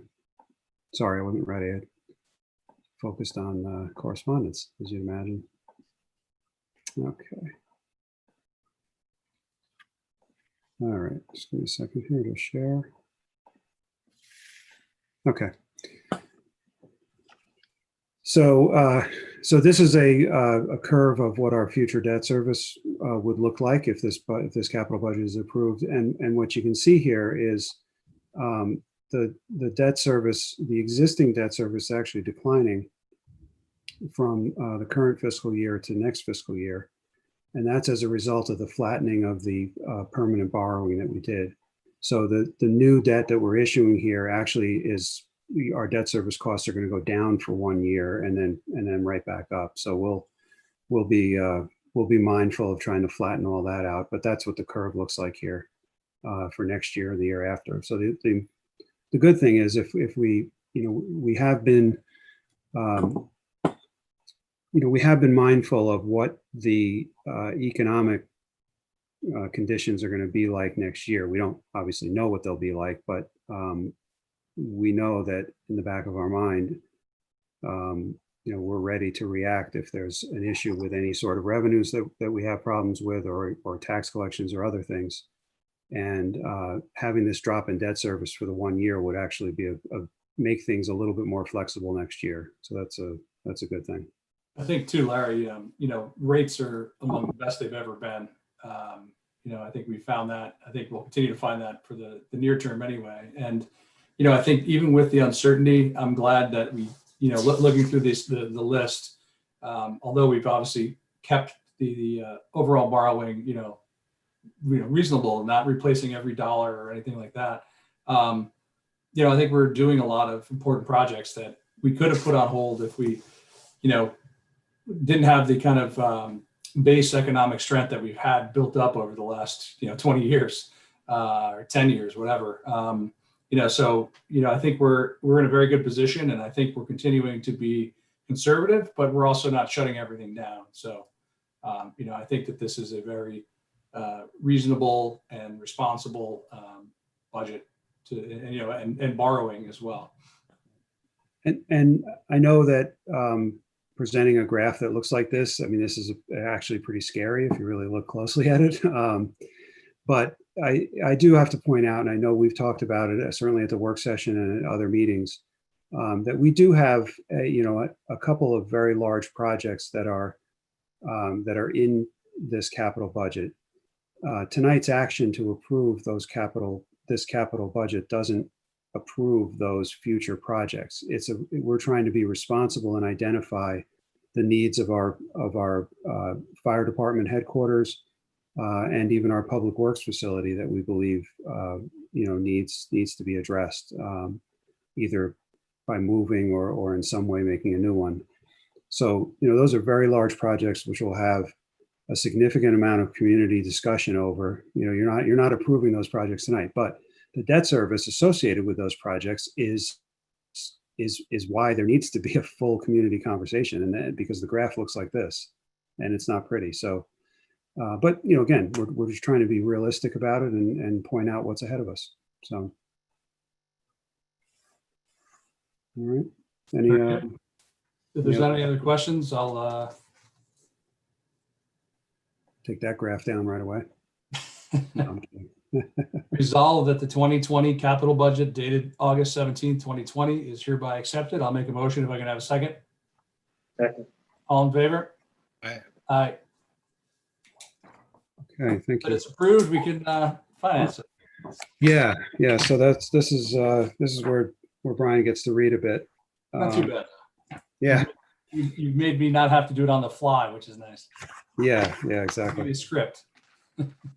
So these will be actually they're technically separate resolutions, right, Brenda? So they really should be, as much as it's going to be repetitive. You're going to make a motion for each one of these items individually, and there'll be a second and a vote. So Okay. I apologize, but there's six separate resolutions which you need to do separately. I think I can do that, Larry. Okay. See if everyone else can follow along. I make a motion to approve a bond resolution dated August 17, 2020, authorizing the issuance of up to $101,000 of serial bonds with a maximum maturity of 5 years. Can I have a second? Second. All in favor? Aye.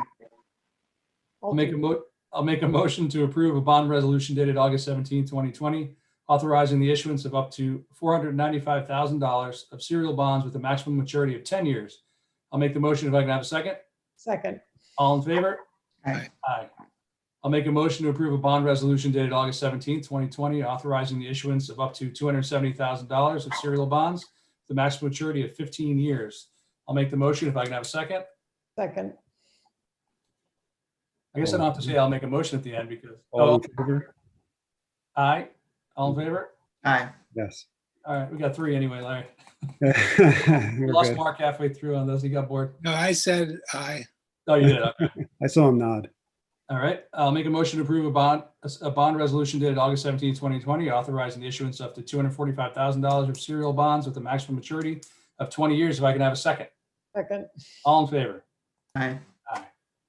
Make a motion to approve a bond resolution dated August 17th, 2020, authorizing the issuance of up to $1,995,000 of serial bonds with a maximum maturity of 25 years. If I can have a second. Second. All in favor? Aye. Aye. I'll make a motion to approve a bond resolution dated August 17, 2020, authorizing the issuance of up to $1,145,000 of serial bonds with a maximum maturity of 40 years. Can I have a second, please? Second. All in favor? Aye. Aye. All right. Thank you, everyone. Now you have to read the resolutions in full. Yeah, exactly. Now that we've approved, it. Just for the record. Next up is a memorandum of understanding with Westchester Power for the Community Choice Aggregation Program. Okay. So we are entering into the second renewal or the third contract for the Community Choice Aggregation Program. This is the program where, to refresh your memory, it's actually called Westchester Power. And it's a program where the default supplier, so for people who have not chosen their electric supplier, the default supplier, that amount of electricity load is bid out as a consortium by a number of other communities. I'm not sure how many they're up to now, probably 20 or so. And it is done so on a fixed price basis over typically a 2-year period. The municipality chooses either a green energy supply or a brown energy supply, I guess it's called. And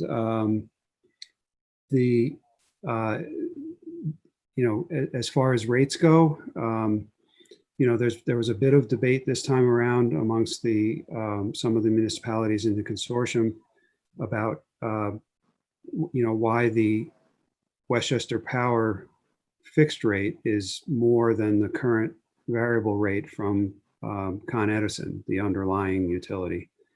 And the short answer of that is that right now we're in a period of historically low natural gas prices, which makes up the majority of how electricity is generated, and so you do end up with short-term variable rates being less than the fixed longer-term rate 2-year contract. But if you look, if you're inclined to go with a fixed price contract, you won't be able to get a rate that's less than what Westchester Power had bid in the past. So short term, it's less. Longer term, it's been. I'm sorry. Short term, the Con Edison rate is less, but longer term, the Westchester Power rate has been less. What happens in the future, of course, we don't know. Some on the consortium have been thinking about, well, we should go with variable, but and I think you could make that choice if you wanted to. But my personal opinion is that this is first of all, there's a lot of value in having a fixed rate in an electricity supply market. It's an enormously complicated industry for many to understand. It's also has historically been very predatory, where people get into very low introductory rates and then they convert to very high long-term rates, and no one quite understands it because who really reads the electric bill that closely? So there is value in having a fixed term contract and bid out by people who know what they're doing. And that's what you have here with Westchester Power. I also think that the notion that we have a variable rate that's now lower, than the fixed rate, that's a natural phenomena. That's no different than you deciding on your mortgage to go with a variable rate mortgage versus a fixed rate. How many people walk into their bank and expect to get a fixed rate that's less than variable or even close, and you bear all the risk of the variable rate, exploding, so to speak. And so a lot of people take a lot of value in fixed term rates. So that looks like the direction that we'll be going here. Obviously, if you have a different opinion about it, we can talk it out, but that's a direction that most of the communities seem to be going in. There's like I said, there were a couple of communities that were, feeling like they had to answer to their constituents about why the rate was higher than the underlying Con Ed rate. But I think it makes a lot of sense of why it is currently at the moment. So that is that's a rundown on the community choice aggregation. Back in 2016, I think it was, you did a lot of work. This board did a lot of work. Mary Ann did a tremendous amount of work trying to understand all of the underlying contracts on this. It was one of the first, I think it may have been the first in the state that was allowed to undertake this community choice aggregation product. And I think overall has been very successful. So anyway, I don't know if there's any other comments, but that's where we're at. Makes sense. So the only thing, the only other thing which I'd like to put in the resolution, if you are going to consider the resolution, is that we do have to technically make a choice between brown energy, legacy type power, and green energy. The rate for green energy will be a little bit higher. In the past, it hasn't been, all that significant, few pennies, but and in the past you have chosen the green supply as the default here for the village. So if you have any other opinions, say it now, and we'll make those adjustments. People can opt out of the green, right? They can go for the brown if they want to. I don't think so. Okay. They can opt out. They can opt out of the Westchester Power, Yeah. but they can't opt out for the brown versus the green. That's right. Yeah. But they can just go to regular old Con Ed if they want. That's right. In other words, they can. Remember, these are customers who have not chosen their electric supplier. So someone, which by the way is historically, it's about 80% of the village doesn't pay attention to who's their supplier, And if you go back, the default used to just be Con Ed, and we changed to the default was. So, it's like the government was already just choosing who the default was. We just changed that default. Right, exactly. So those are the customers that we're talking about here. But if there are some who say, wait a minute, I actually did want to make a choice, and now I do want to make a choice, they can opt out of the Westchester Power and choose whatever supplier they want. So, but I don't think they can choose between green and brown, right? As Mary Ann confirmed. Yeah, I don't think so. It's been that either. way from the beginning. Yeah, it's been that way. That based on what we decide as in this resolution. Yes. Yeah. Well, I'd stick with the green and stick with this, this whole arrangement. I agree. I agree. Okay. So we'll just add another resolved in here to choose the green supply source. I'll put some wording in here once you want to go through that, Brian. Read do you want me to read it? I have it in front of me. Sure. If you want to add your extra. Whereas by resolution 2015-123 and local law 2015-09, the Village of Irvington established a community choice aggregation program in cooperation with Sustainable Westchester, a not-for-profit organization now comprised of over 40 municipalities in Westchester. And whereas the program is set to expire on December 31st, 2020, and whereas the village wishes to continue its participation in the program beyond December 31st, 2020, now therefore be it resolved to approve a memorandum of understanding with Sustainable Westchester, Inc. and any and all documents required to continue the community choice aggregation program and to authorize the village administrator to execute said documents subject to the final approval of the village attorney.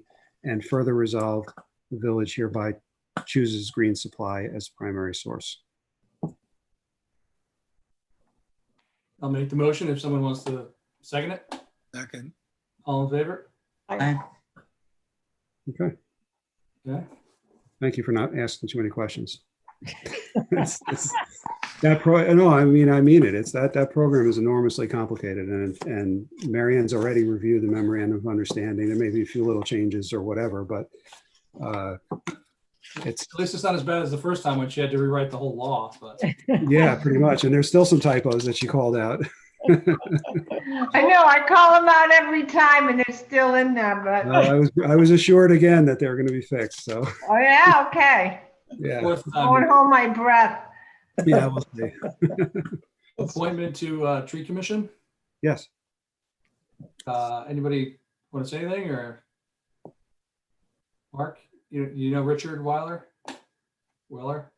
Yeah, I think everyone knows Dr. Weiler. Anyways, he's been, he's been engaged for years in the Trails Conference in New Jersey and New York, and he's quite outdoors guy, and he's into plants and trees and stuff, and he volunteered to work on the tree commission. Sounds great. Good. I Do the appreciate resolution his- before it changes his mind. I definitely appreciate his stepping up.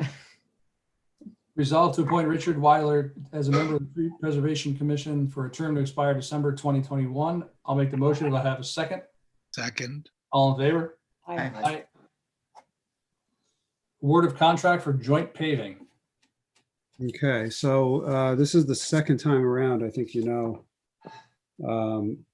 We have now, this is, I don't know how many years this has been, probably 10 at least, where we have bid the paving for all of the other Greenberg villages along with us. And we've done that on the idea of shared services and pooling together our collective needs and coming up with a contract which is far more cost effective by pooling our needs than having them be separate. Separately, we don't do a lot of paving work. We talked about, a couple $100,000 a year, which is not a big contract. But in this instance, it's a considerable size contract, $1.7 million when combined with the other communities. So we did bid this out. The plan was to bid it out early in the calendar year, and we did so back in March. It was probably one of the more poorly timed bids that we've ever had. It was March 16th, if I recall correctly, or March 5th or something. I don't know. And needless to say, it was the prices were higher than we thought they should be, given the precipitous drop in oil prices and other things going on in the world. So the communities collectively decided to, well, you rejected the bids, first of all, on our recommendation. And the communities decided to hold off and wait until things settle down a bit, maybe get a little bit more hunger and anxiousness from the contractors, and try to get a better price, basically. And by all accounts, that was successful. We did improve the base pricing in this from somewhere in the mid $130 per ton down to $128 a ton. So it's modest, but over the course of 6 different communities, it's a big number. So the resolution is here. I don't know if Brian wants me to read this one too, but the summary is that we did receive, you'll hear it in the resolution, but we received 5 bids. The lowest of the bidders is a company we actually have not worked with before, but the references seem to be very good, very large company. They're based out of Connecticut, Waters Construction Company out of Bridgeport. And being a Connecticut resident, I can tell you that they do a lot of work in Connecticut, but they have to adhere to New York State bidding laws, and everything checked out. So we will see how it goes. And that's it. The rest of the story is in the resolution. So, Brian, I don't know. I'll tell the story now. There you go. Whereas the Village of Irvington, in a cooperative relationship with the villages of Ardsley, Dobbs Ferry, Elmsford, Hastings, and Tarrytown, has solicited bids for the milling and resurfacing of various streets in the Village of Irvington and partner municipalities referenced above. And whereas a public notice for this project bid was duly advertised in an official newspaper on July 16, 2020, and whereas at 11 a.m. on August 5th, 2020, at Irvington Village Hall, all bids received were opened and summarized below. And contractor Waters Construction Company, total base bid $1,762,202. Consorti Brothers Paving and Seal Coating Inc., total base bid $1,834,613.50. ELQ Industries Inc., $1,836,122.04. Montesano Brothers Inc., $1,852,597.86. PCI Industries Corp., $1,876,732.60. Whereas the village administrator reviewed the bids submitted and determined that the lowest bidder is in order and responsive to specifications. And whereas following the unit values bid in the contract and the extended total is based upon the engineer's estimate of the work to be performed in the Village of Irvington, the value of work is $247,000, with the balance of the contract value for work apportioned to the villages of Ardsley, Dobbs Ferry, Elmsford, Hastings, and Tarrytown, collectively summing the $1,515,202. And whereas in accordance with the contract, each partner municipality will separately authorize the contract and be responsible for payment of services performed within their respective municipality directly to the contractor. Now therefore be it resolved that the Village Board of Trustees of the Village of Irvington hereby awards the contract for the work to be performed for the 2020 milling and resurfacing on various streets in the Village of Irvington to Waters Construction Company in accordance with their unit prices contained in their bid of August 5th, 2020, for the work to be performed within the Village of Irvington and the other 5 villages, and to authorize the village administrator to execute said contract. I'll make a motion if I can have a second. Second. All in favor? Aye. Aye. Wasn't the loudest ayes, but I think we got there. Next up, authorization to approve change orders number 5, 6, and 7 for Matheson Park Playground renovation project. Yeah, so we're well, you can see we're catching up on a few things here. The project is progressing along, rather smoothly. There's been a few changes as we go along here. The changes are listed here in the resolution, relate to some trees that needed to be removed that were in poor condition. I don't think they were tremendously large. And also, we have added a number of benches in the park, and the intention is that we will be offsetting most, if not all, of this cost with sponsorships. We've pretty successfully sold sponsorships on other benches. You've probably seen them in Scenic Hudson Park and even up and down Main Street to a lesser extent. And we intend to do that here as well. How many are there, Larry, of those types of benches that will be able to be dedicated? I mean, yeah, we're adding 6, but I think there are some others that can be included in the sponsorship. I'm not sure how many were in the plan originally, but these are an additional 6. okay. That makes sense.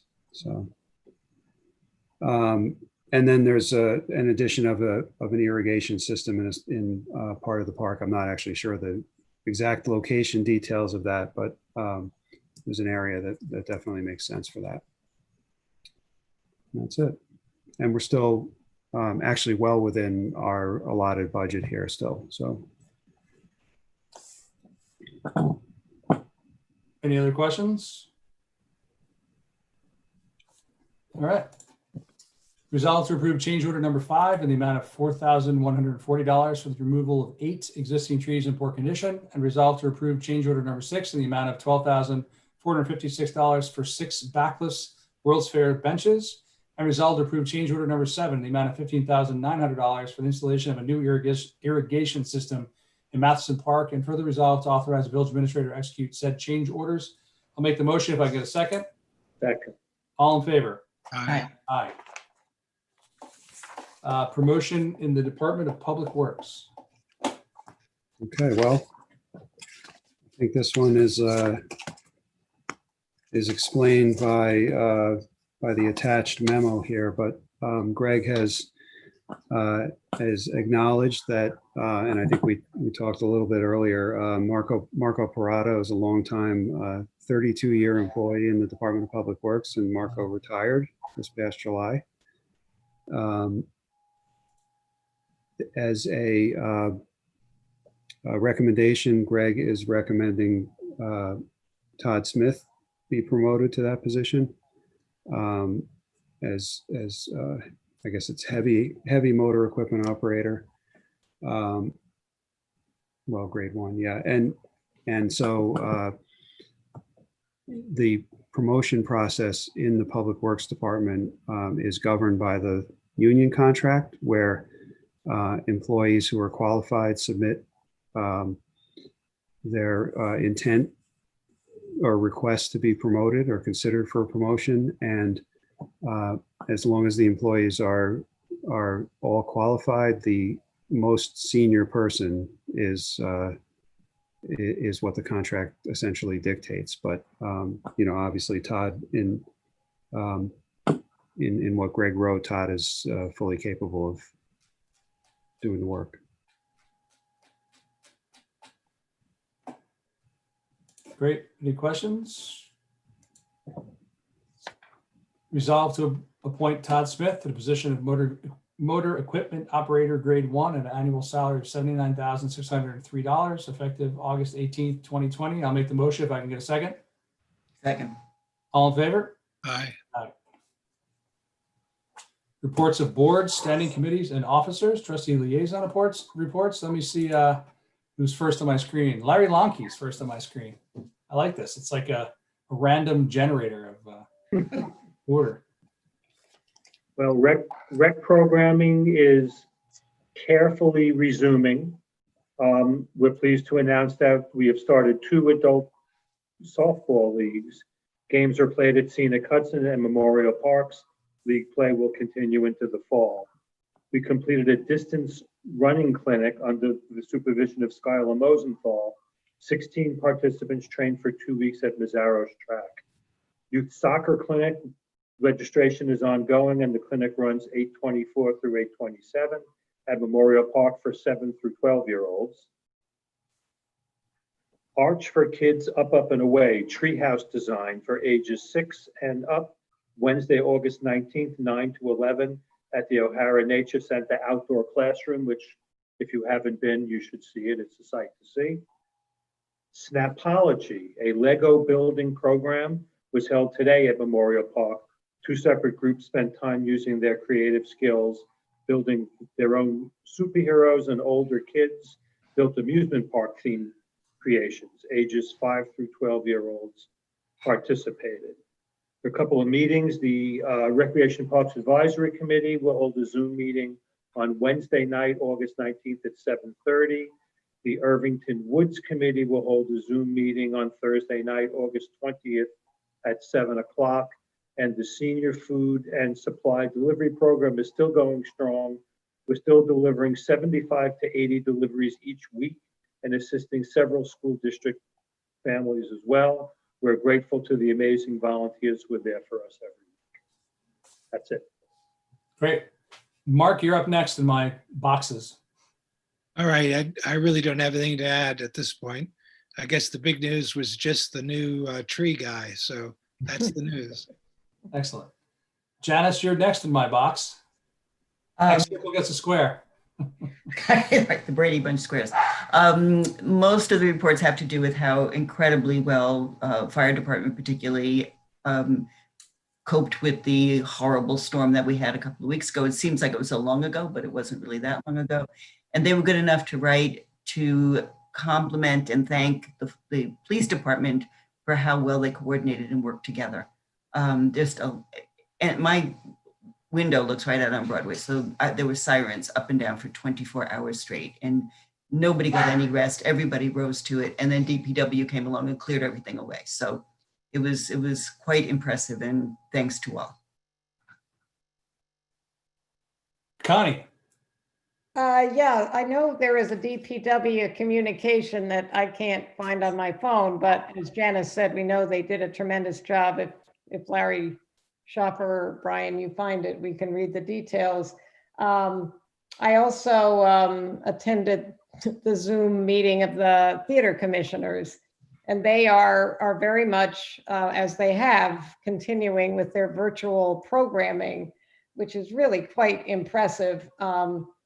The thing that I was so impressed with that they planned and worked through were a course that kids could pay for, parents pay for their kids, to learn how to make public service videos. And apparently it was really successful. What a wonderful thing for kids to learn how to make little videos for causes that they care about. But through the fall, they really are planning there through September, October, November, December, what they offer and communicate to the residents. So they are definitely putting down, we're going to do this, this, this, and they're very popular film series. They call it As If. Somehow virtually, that's going to happen. So stay tuned to what they're offering. Some people will want to, some will be things you can contribute to, some will have a small cost, but it is a good way to keep the theater in the public's consciousness. So that's all I have, unless we need to hear about DPW or water. I didn't find it, but I will echo the sentiment that, my neighbor next to me had a lot of debris come down that we dragged up to the edge of the road, and it was magically picked up. I saw some equipment I didn't know that the Village of Irvington had that helped pick it up, but I could not believe how much stuff they came with a couple dump trucks that were already full of debris, and they worked like magic elves to clean it all up. It was I was unbelievably impressed, and I wanted to give them a shout out tonight as well. So yeah. it was true on my street. The amount of stuff that came down was amazing, and yeah, it's gone. Yeah, amazing. Village Administrator's report. Yeah, so, I definitely would like to cover a little bit about the storm that took place. You all know, we tried to keep everyone as informed as possible about what was going on, but it was a pretty wild and woolly time for sure. But and I certainly have observations and thoughts about what went right, what went wrong. It's every time we work with Con Edison, particularly, it's difficult, but I don't think that I think there are areas they could have improved, but I actually don't think it was a terrible disaster as some of the ones were in 2011 and 12. I'm sure if you were out of power for 7 or 8 days, you probably disagree with me, but I'm looking at the larger overall picture. But in responding, I think, the police department was exceptionally busy that day. And then in following up, I thought Frank Pignatelli did a great job. Chief Cerrone, Lieutenant Morano did a great job in coordinating with the Con Ed liaison to make sure that things didn't get missed, to make sure critical areas got addressed. We've said it numerous times, we can't tell the crews where to go to restore people's power, but we can have a role in how the roads get reopened and the lines are made safe, and the critical areas get addressed. So, and we did that, and I thought we did it, pretty. We were on top of things. We knew where things were going on. All the other departments, you mentioned DPW. I think besides Greg Nielsen, Steve Caparel was. I don't know how you can be in 5 places at once, but he managed to do it. So he was, chasing crews down, directing them to places. So it was a good response overall. Each of the departments took it very seriously. Joe's got his issues in his parks, and he's addressing them, right away. Public Works, as you said, was traveling around the village picking up debris. So we did. We don't have an opportunity to submit yet for a declared disaster. None has been declared yet. I don't know if it's going to happen. We did submit a preliminary assessment, and I think it was somewhere north of $100,000, between $100,000 and $150,000 that we identified as real costs associated with our response. If we're invited and get an opportunity to submit, we will submit. We've done it plenty of times before, and this is old hat for, I'm looking at Brenda, this is old hat for us. So unfortunately, this is just a routine disaster. It's not a Routine disaster. It really is. Pandemic never ends. Let us know when it's a non-routine disaster. Well, at least this one ends. At least has an end date, you know? Anyway, so that was my Thank observation. you, Larry, too, for all the coordinating of all of these moving parts. Thank you. Yeah, no, everyone knows what to do. As I said to Brian, I think it was probably Wednesday morning, I said, we're like a coiled spring ready to pop. Our DPW was ready to go out and clear roads, and there wasn't a single person in town from Con Edison. But we were ready. That's all you can do. And once Thursday hit, we hit the ground running. So you said that you didn't think this was as bad as previous, but what have you heard from some of the other municipalities? Is there going to be a truth and reconciliation board of some sort, or what's going to happen? Well, look, I mean, some of the calls that we're on are at times can be a waste of time, and other calls are productive. Most of the time, the ones that are a waste are the ones where various communities are screaming that Con Ed's not doing their job and they need to be told how to do their job. That's not terribly productive. I mean, it gets something off your chest, but it doesn't really accomplish much. I think overall, they were caught short, as they frequently are, because the storm wasn't predicted to be the way it was, and it was predicted, to not be as much of a wind event and more of a rain event. I mean, we all saw that forecast. So I don't think they positioned the resources that they could have if they had the proper forecast. But I don't know that that's a good excuse. I think people, they should be compelled to position resources regardless, and if it costs them extra money, it costs them extra money. You know what I mean? Like that's kind of the tenor of the discussion. So, because we constantly hear that, we tried, but we didn't have enough. And so therefore, what it boiled down to is we lost easily a full day. We sat around on Wednesday after the storm, beautiful day, beautiful weather, and we got nothing done. That was a shame. And one day is a big deal when there's a tree across your road and it's the only way out of your neighborhood and you have no power or anything. That's a big deal. So, there's ways to improve that. I don't know how. I mean, I have my own suggestions, and we'll make them in the appropriate venue. One of the things we talked about as in the village officials committee is having the communities, our 7 communities, reach out to Con Ed and request a meeting on our own as a consortium, and so that we can make in a controlled environment, we can make these types of suggestions about how to improve the response, especially on the critical line clearing, road opening part of it. We're not going to tell them how to restore people's power. What do we know? But we do know how to open up roads, and we need. I think there's ways to improve that. So we're going to probably approach them as a consortium and see if we can get somewhere. And they'll probably listen to the 7 villages instead of just one. And we also feel that a lot of the larger calls, like the county calls, are a lot of political grandstanding, and it's not necessarily the most productive meetings. After Sandy, we did meet with a couple representatives at the village officials committee. So I think it's a solid suggestion to try to do it on a larger but smaller scale. And there's enough people in those villages that it adds up. So yeah. And I will say, you asked, what can be done, what can happen going forward. In 2018, we had those twin winter storms back to back in March.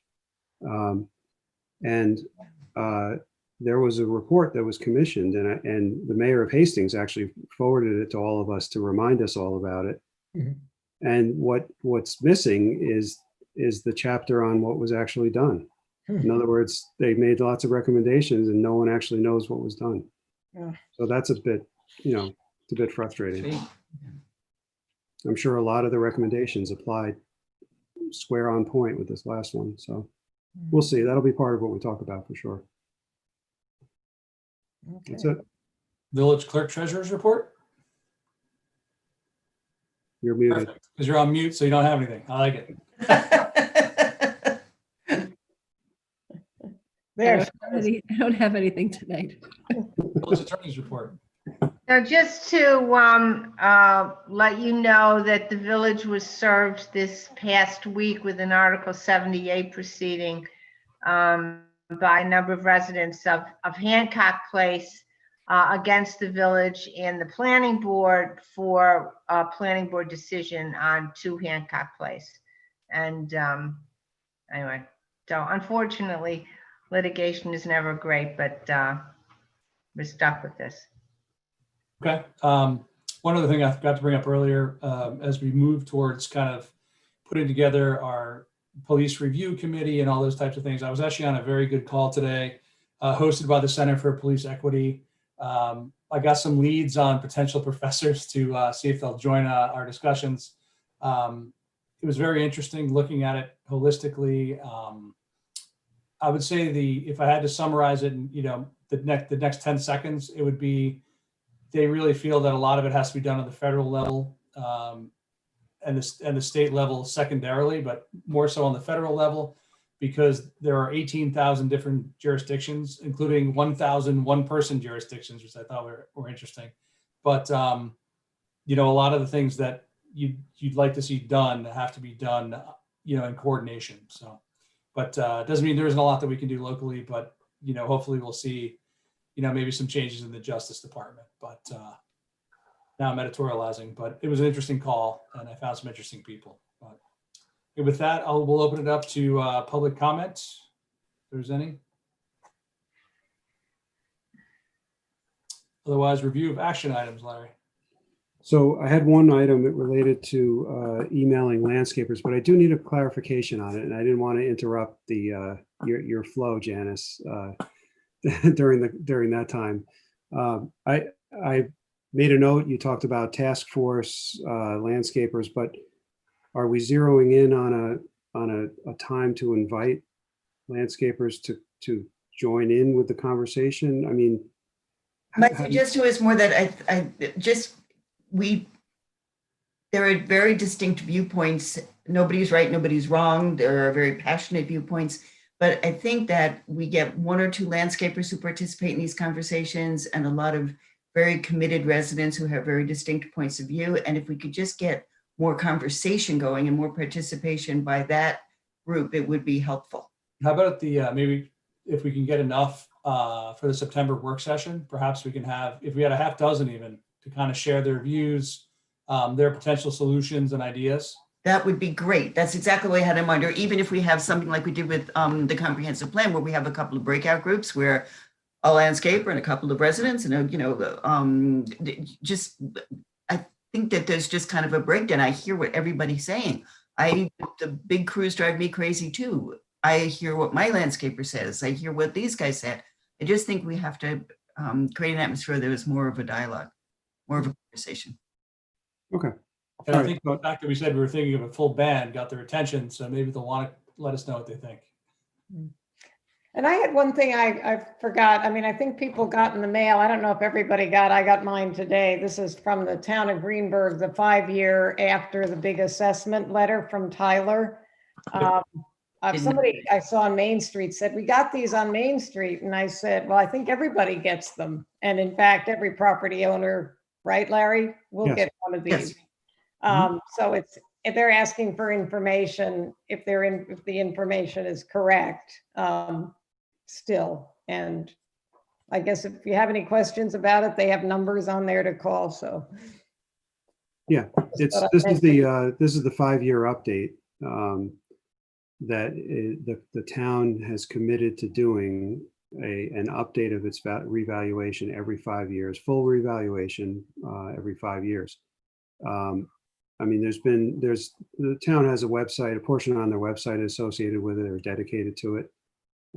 But the tenor of the conversation with the supervisor and with the assessor is that, people should not expect to see drastic changes as a result of this revaluation. It was only done 5 years ago, as opposed to 50 years ago, the first time around. It makes obviously a big difference. So, they have a short list. I'm sure there's some calculation that they do to decide which properties they will try to inspect. I don't think they're doing interior inspections. I think they're doing it exterior only, but not on all properties. They're doing it on some sort of a statistical basis to which ones to choose. So there's probably 20 or 30 in Irvington that they'll inspect in person. But other than that, they're relying on those data mailers that everyone received.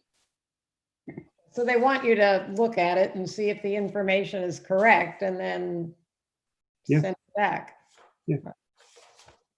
Yeah, it's just, again, even once they get all that information together, I don't think the net result is going to be drastic unless, of course, you've made some changes or you have changes that were made a long time ago that are somehow discovered, or, any of those types of things can happen. But on an overall basis, you shouldn't see a drastic change one way or another. And by the way, the village mayors were very adamant in pushing to have the revaluation done despite all of the uncertainties in the world back in April or May when the town was deciding whether to do this or not. The mayor said, there's not a reason to put this off. Set a schedule, stick to it, and otherwise every year there'll be a reason to push it off, and then we'll be in the same bad position we were in. So they made that message loud and clear to the town. Right. So despite the pandemic, if there's no inside inspection, it's just filling out a form, and it seems doable under the circumstances. Yep. That's it. I'll make a motion to adjourn. Second. All in favor? Aye. Opposed? Carries. Thank you. Have a good night. Bye. Bye-bye. Aye.